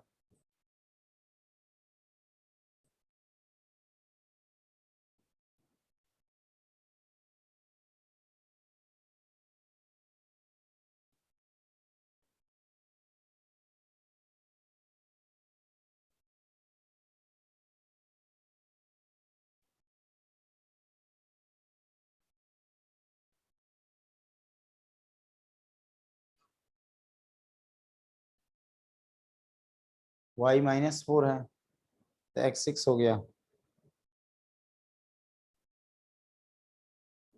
हाँ ये तो सेटिस्फाई कर ही रहा है 2, इनफाइनाइट सोल्यूशन इज द सही आंसर है। b की वैल्यू 1 ले लेते हैं, a की वैल्यू 1, b की वैल्यू रियल नंबर। अब लास्ट ऑप्शन को मैं बता देता हूँ, इसको हम हटा देते हैं, ये तो चलो हटा ही दिया, लेकिन यार ये तो गड़बड़ हो गया।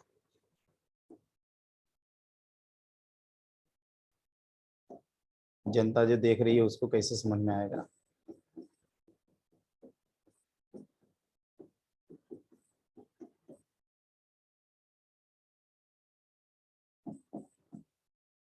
a की वैल्यू 1 लेते हैं, तो ये x plus y plus z equal to b ही लिखा जाए क्योंकि और कुछ है नहीं, 2x plus y, 2x plus 3y equal to 2 हो जाएगा ये, और 3x plus 4y plus z equal to b plus 2। ये तो इन दोनों का समेशन इसके इक्वल तो आ ही जाएगा ना, ये भी ट्रू आएगा। अरे चलो तो कम से कम एक बार आंसर, नो सॉल्यूशन।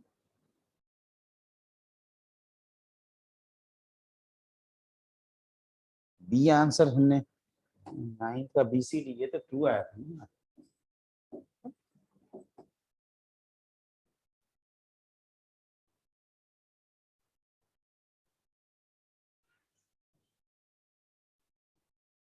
नेक्स्ट देखिए, if determinant sorry matrix A आपको गिवन है और ये ऑर्डर 3 की मैट्रिक्स है और ऑर्डर 3 की इक्वेशन को सेटिस्फाई कर रही है, मतलब ये कैरेक्टरिस्टिक इक्वेशन निकला। a minus x times i equal to 0 करेंगे और देखो ये इन तीनों का समेशन ये 2 के इक्वल है सम ऑफ रूट्स के, तो ये x cube minus 2x square मैंने किया हुआ है तो minus 4x plus 1 equal to 0 आ जाता है। तो यहाँ से माइनस लैम्डा की वैल्यू आप सॉरी लैम्डा की वैल्यू -4 कंफर्म कर देते हैं। अब हम इन c को देखते हैं, c और d को, तो ये तो मालूम ही होगा कि इसको सेटिस्फाई करेगा ये -4 times a plus i equal to 0। इन दोनों को दूसरी तरफ ले जाओ, a cube plus i equal to 2a square plus 4a। a square करना है तो हमने क्या किया, इनवर्स से मल्टीप्लाई कर दिया, a square plus a inverse, यहाँ a इनवर्स से करोगे तो 2a प्लस 4i होगा। अब इसका डिटरमिनेंट 2a प्लस 4i हम लोग इजीली निकाल सकते हैं।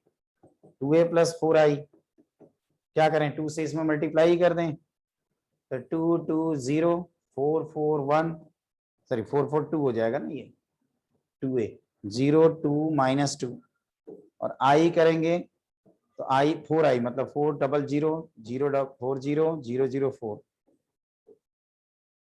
तो ये आ जाएगा आपका 6 2 0 0 8 2 0 2 2। इसमें 2 0 आ गए क्या, कैसे हो सकता है, 4 आएगा। एक बार इसका डिटर्मिनेंट निकालो, तो इसका डिटर्मिनेंट में 6 8 दूनी 16 में से 4 गया, 8 दूनी 16 में से 4 के कितना 12 और -2 8 वर्षक 72 -16 56 आएगा ना।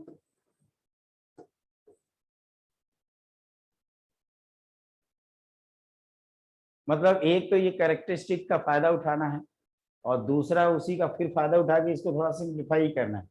एग्जाम हॉल में हमें क्लिक ना करेगा तो हमें ए इनवर्स और ए स्क्वायर का समेशन करना पड़ सकता है, जिससे टाइम वेस्ट होगा और कुछ नहीं। थोड़ा बहुत इसका फायदा उठा लेंगे और क्या।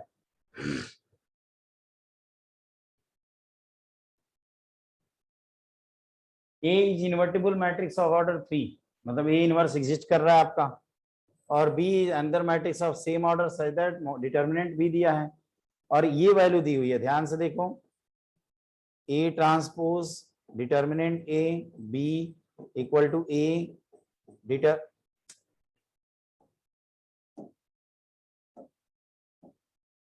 ए transpose determinant a B equal to a determinant b और बी ट्रांसपोज, दोनों तरफ डिटर्मिनेंट लिख देते हैं।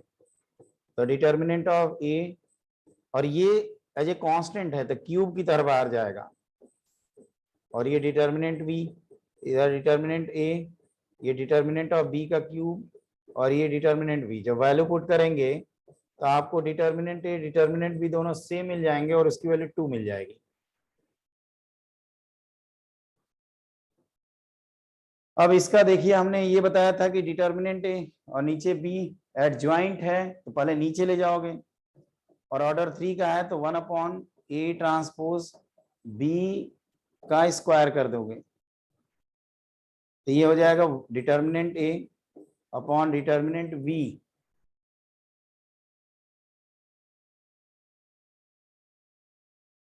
और ये हो जाएगा डिटर्मिनेंट ए का स्क्वायर डिटर्मिनेंट बी का स्क्वायर, तो ये कट गया और 1/16 आंसर आ जाएगा।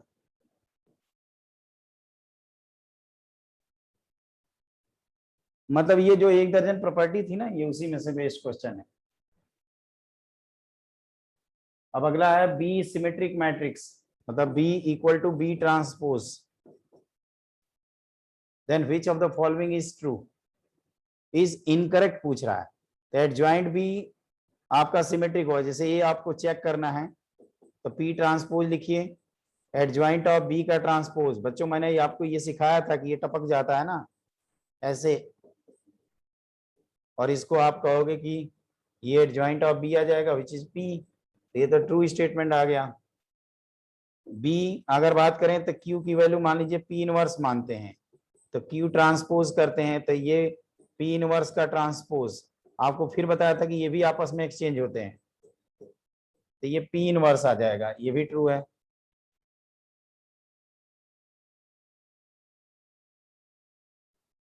ये देखते हैं लास्ट ऑप्शन, इसको डी मान लेते हैं, ए बी इनवर्स का ट्रांसपोज लेते हैं, तो ये रिवर्सल लगाएंगे तो बी इनवर्स का ट्रांसपोज और ए ट्रांसपोज,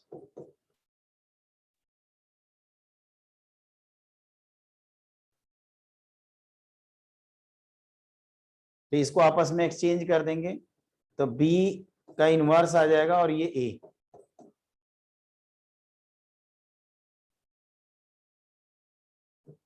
सिमेट्रिक मैट्रिक्स।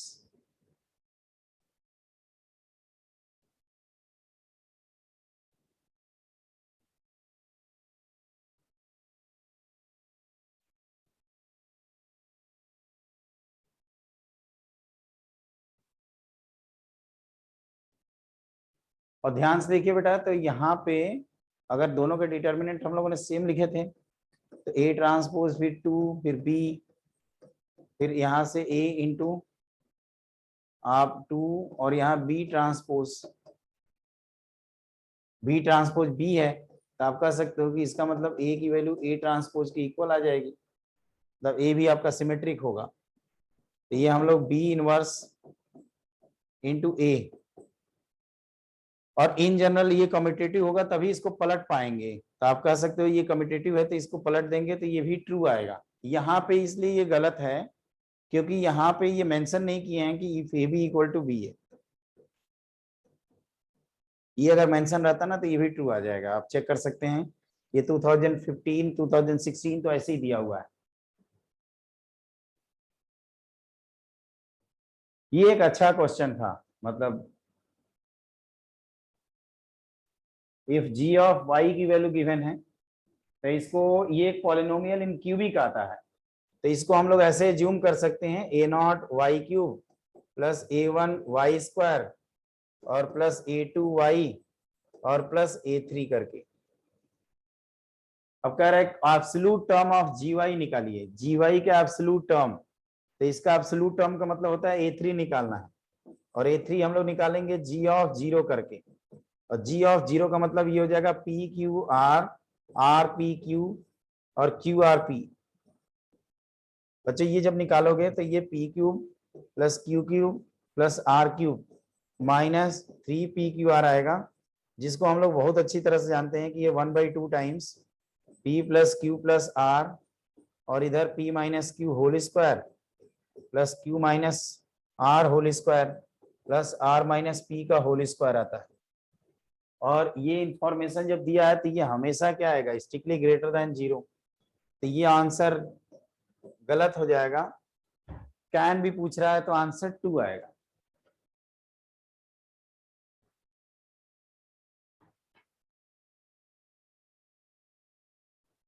अरे परेशान मत करो,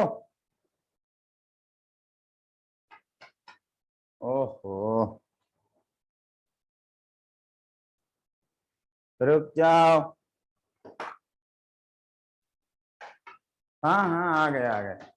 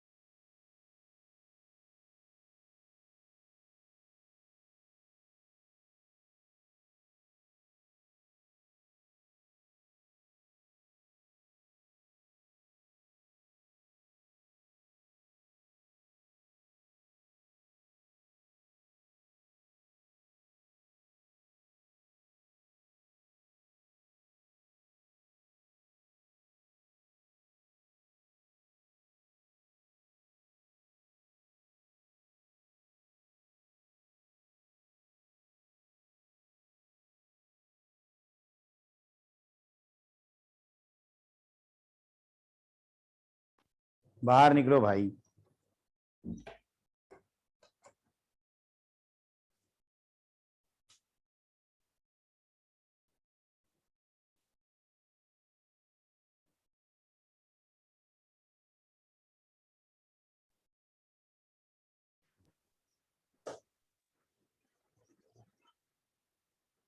कुछ ऐसा दिखाई देने वाला है ना। हमने अभी अभी ये चीज देखा कि बी आपका सही है। हेलो, अब यहाँ पे आप ध्यान से देखिए, देखो आप यहाँ पे तो ध्यान ये से जो देखिए, नेक्स्ट क्वेश्चन मान है, लीजिए ये पिछला यहाँ पे क्वेश्चन आप में हम लोगों को क्या निकालना था, एब्सोल्यूट टर्म होता है। निकालना। तो इसके लिए क्या किए हम कि आप कह सकते हो कि y की वैल्यू 0 पुट कर दीजिए। ये क्या है, एक प्रकार से पॉलिनोमियल इक्वेशन ही तो है। और जैसे y की वैल्यू 0 पुट करते हैं, पी क्यूब क्यू क्यूब, ये ओपन करना पड़ेगा इसको, और ये फैक्टराइजेशन होता है। अगला देखिए, अब ये कह रहे हैं कोफिशिएंट ऑफ y निकालिए। तो बच्चों ये जो मैंने बोला था, a0 y का क्यूब, फिर a1 y square, a2 y और a3, तो इसको क्या करेंगे, डिफरेंशिएट करेंगे with respect to y and put y equal to 0, तो हमें सीधे a2 मिल जाएगा। और डिफरेंशिएशन का रूल क्या था कि फर्स्ट रो को डिफरेंशिएट करेंगे, फिर सेकंड और थर्ड रो एज सच, इस तरह से करोगे तो इसको डिफरेंशिएशन पे ये आएगा -1, फिर ये 0 0, और बाकी are P Q Q R P plus, ये ऐसे लिखते हैं पी क्यू आर। यहाँ पे आर का डिफरेंशिएशन 0, यहाँ -1, यहाँ 0, और यहाँ क्यू आर पी, फिर थर्ड रो का differentiation P Q R P Q, और ये हो जाएगा 0 0 -1। तो ये 3 बार आप जैसे करते हो तो आपको बच्चों ये 3QR - 3P स्क्वायर टाइप का मिल जाता है। और ये सब पे डिपेंड करेगा, independent on only P, only R, Q as well R, ये आंसर आएगा, विल बी, सब पे डिपेंड कर रहा है ये। नेक्स्ट देखिए, आसान सा वो क्वेश्चन था। अब ये y1 y2 y3 इसके रूट्स हैं, तो y equal to 1 omega omega square, 3 roots होते हैं। अब f ऑफ y की वैल्यू ये है p plus Q y plus R Y square. अब जी नॉट पूछ रहा है, जी नॉट का मतलब G0। ये अभी y की वैल्यू 0 पुट करोगे तो p Q R P Q और क्यू आर पी, इसको अभी हम लोगों ने थोड़ी देर पहले P Q plus Q Q plus R Q -3 PQR लिखा है। तो इसको फैक्टराइज करते हैं, हमने क्यूब रूट ऑफ यूनिटी में आपको बताया भी था कि इसको ऐसे कुछ लिखते हैं ना, p plus Q omega plus R omega square, और क्या लिखते हैं इसको, p plus omega square plus R omega की पावर 4। आप रिलेट करोगे तो ये हो जाएगा f(y1) multiplied by f of y2 multiplied by f of y3। ये अच्छा क्वेश्चन है, थोड़ा बहुत क्यूबिक से रिलेट किया गया है। कहते हैं ना एडवांस टाइप का है, एकदम मस्त वाला है, कुछ भी नहीं, लेकिन इसमें थोड़ा बहुत चीजें दिक्कत कर सकती हैं आपको। जैसे ये फैक्टराइजेशन, वो जो हमने एक बार बताया था, AQ प्लस ABC के लिए थ्योरी कॉपी में लिखवाया है कॉम्प्लेक्स नंबर में, और ये PQR के लिए आ गया, बस चेंज यही है। तो ये सब क्वेश्चन कर लोगे आप सब। इसमें क्या करना है, नॉन ट्रिवियल सॉल्यूशन करना है बच्चों। तो डेल्टा को आप 0 कर देना, और कोई आपके पास विकल्प नहीं है। तो sine alpha sine square alpha, ये 1 cos alpha cos square alpha, 1 sin 2 alpha sin 2 square alpha sin square 2 alpha, ऐसे लिखना चाहिए, equal to 0। ABC 1 1 1 ABC a square b square c square, तो इसका तो डायरेक्ट फॉर्मूला होता था ना, a minus B b minus C, ठीक है, और फिर c माइनस a।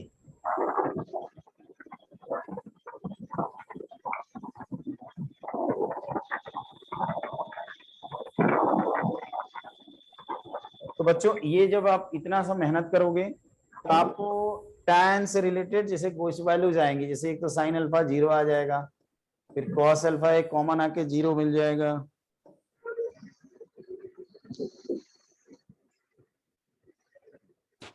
फिर sin अल्फा 1/2 भी मिलेगा, फिर cos अल्फा 1/2 भी मिलेगा, और tan अल्फा 1 भी मिलेगा। तो ये सबके वैल्यू लिख लेना, और क्या कहें, इसके लिए करस्पॉन्डिंग कौन कौन आएगा, 0 आएगा, पाई आएगा, इसके करस्पॉन्डिंग π/2 आएगा, ये π/6, π/6 याद रखना, फर्स्ट और सेकंड क्वाड्रेंट की कवर करना है, इसमें π/4 आ रहा है, और इसको कवर करने के लिए 2π/3 लिख रहे हैं।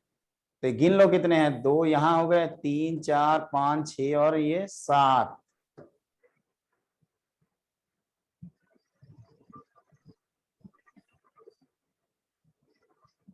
ये फैक्टराइज करके लिख दिया हूँ sin 2 अल्फा को 2 sin अल्फा cos अल्फा, थोड़ा जल्दी करने के लिए।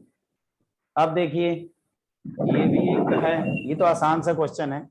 आप ये वैल्यू निकालने के लिए इसमें क्या करोगे, कहोगे कि जनाब हम क्या करेंगे बताइए, x की वैल्यू 1 पुट करेंगे, और तो हमारे पास कोई चारा नहीं दिख रहा है। a3 a2 a1 a0 ये 0 ही हो गया, नहीं 1 पुट करना था ना, मैं भी गलत क्या कर रहा हूँ।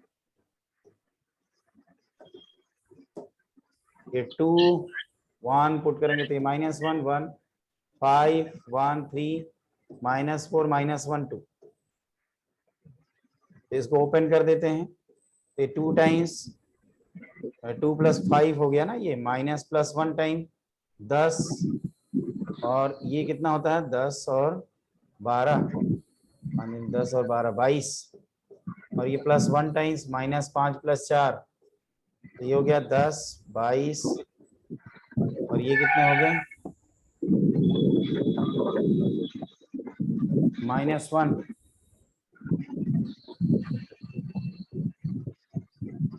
-31, ये 31 -25, आंसर इज 6। इसका मुझे चेक करना पड़ेगा, मैं एक बार कंफर्म कर लूं कि आंसर सही है गलत।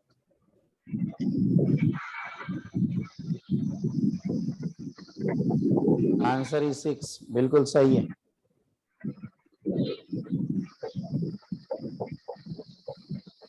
ये देखिए ये आराम से आप कर सकते हैं, ABC BCA और CAB ये वैल्यू आपको दिया हुआ है, इसकी वैल्यू पूछ रहा है A2/A1।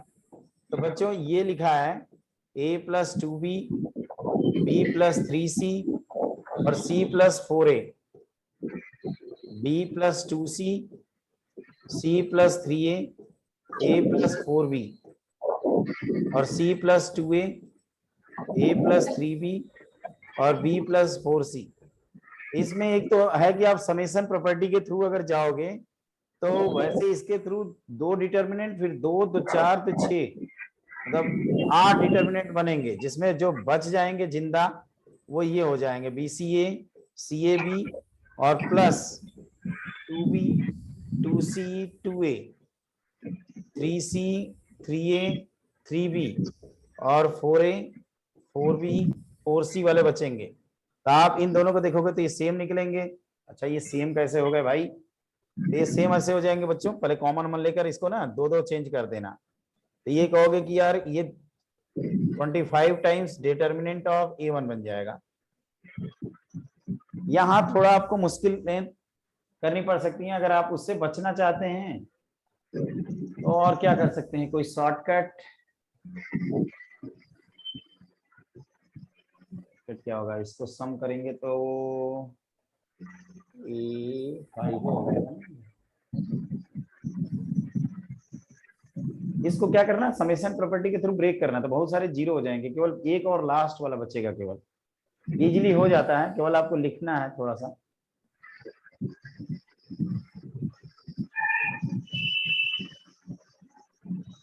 ये हम लोग नॉर्मली एक को छोड़ देते हैं और 24 आंसर कराते हैं। The number of possible symmetric matrix of order 3 × 3 with entries -1 0 and 1 whose trace is equal to 1। आपको हमने बताया था बच्चों की जो सिमेट्रिक मैट्रिक्स लिखेंगे वो ऐसे कुछ लिखते हैं ना, ट्रेस आपको क्या चाहिए, 1 चाहिए, और आपको तो ये कह सकते हो कि ये लिख लीजिए पॉसिबिलिटी डायगोनल में यहाँ पे 100 वाली, और दूसरी पॉसिबिलिटी लिख सकते हैं 2 को काट दीजिए, मतलब कैंसिल कर दीजिए, और फिर एक बार 1 ले लीजिए। तो ये इसके बाद हमारे पास 3 लोकेशंस बचेंगी, यहाँ, यहाँ और यहाँ, जो मैंने आपको सिखाया था। सब जगह आप 3-3 ऑप्शन फिलअप कर सकते हैं। तो 3 स्क्वायर, और ये कह सकते हो कि 3 ऑप्शन से रिलेट हो जाएगा। सिमिलरली हियर ऑल्सो, और इस तरह के 2 टर्म है, मतलब एक को मल्टीप्लीकेशन, ये आएगा आंसर 162। 162 ही है ना रे? हाँ देखो फिर से मैं बताता हूँ, ये सिमेट्रिक मैट्रिक्स का दिए हो, तो ये यहाँ जो अरेंज करेंगे वो यहाँ आएगा।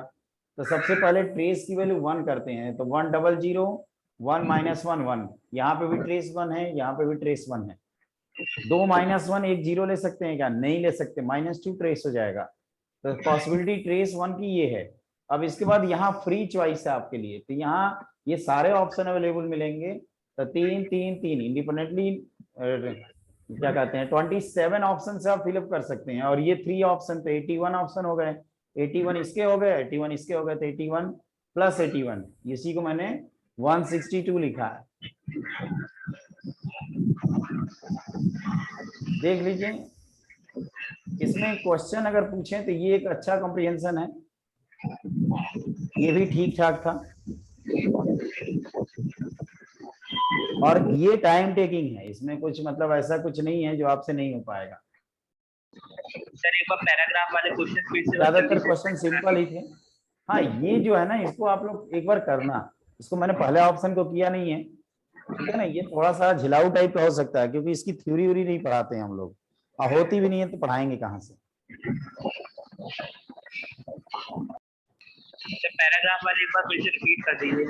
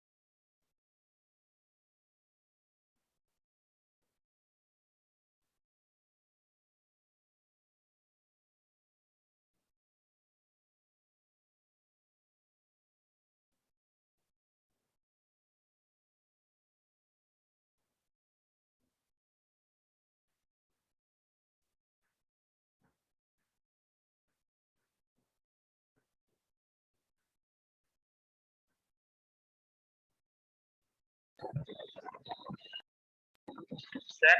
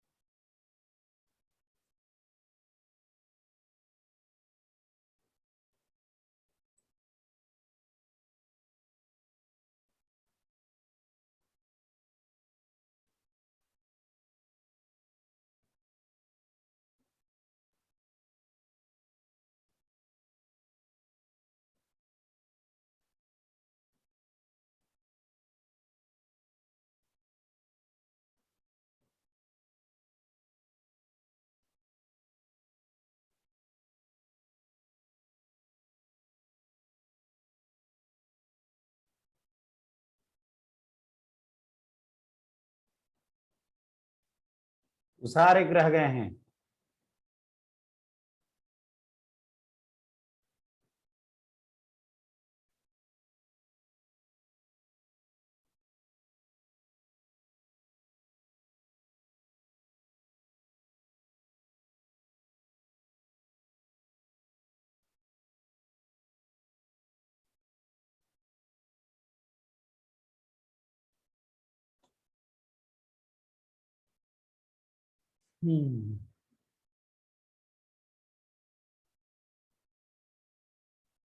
इसमें जो 1 दर्जन प्रॉपर्टी है उसको आप लोग देख लेना, और सिमेट्रिक स्क्यू सिमेट्रिक मैट्रिक्स से रिलेटेड है, कैरेक्टरिस्टिक इक्वेशन, ये सारे पॉइंट्स इंपॉर्टेंट है मैट्रिसेस में।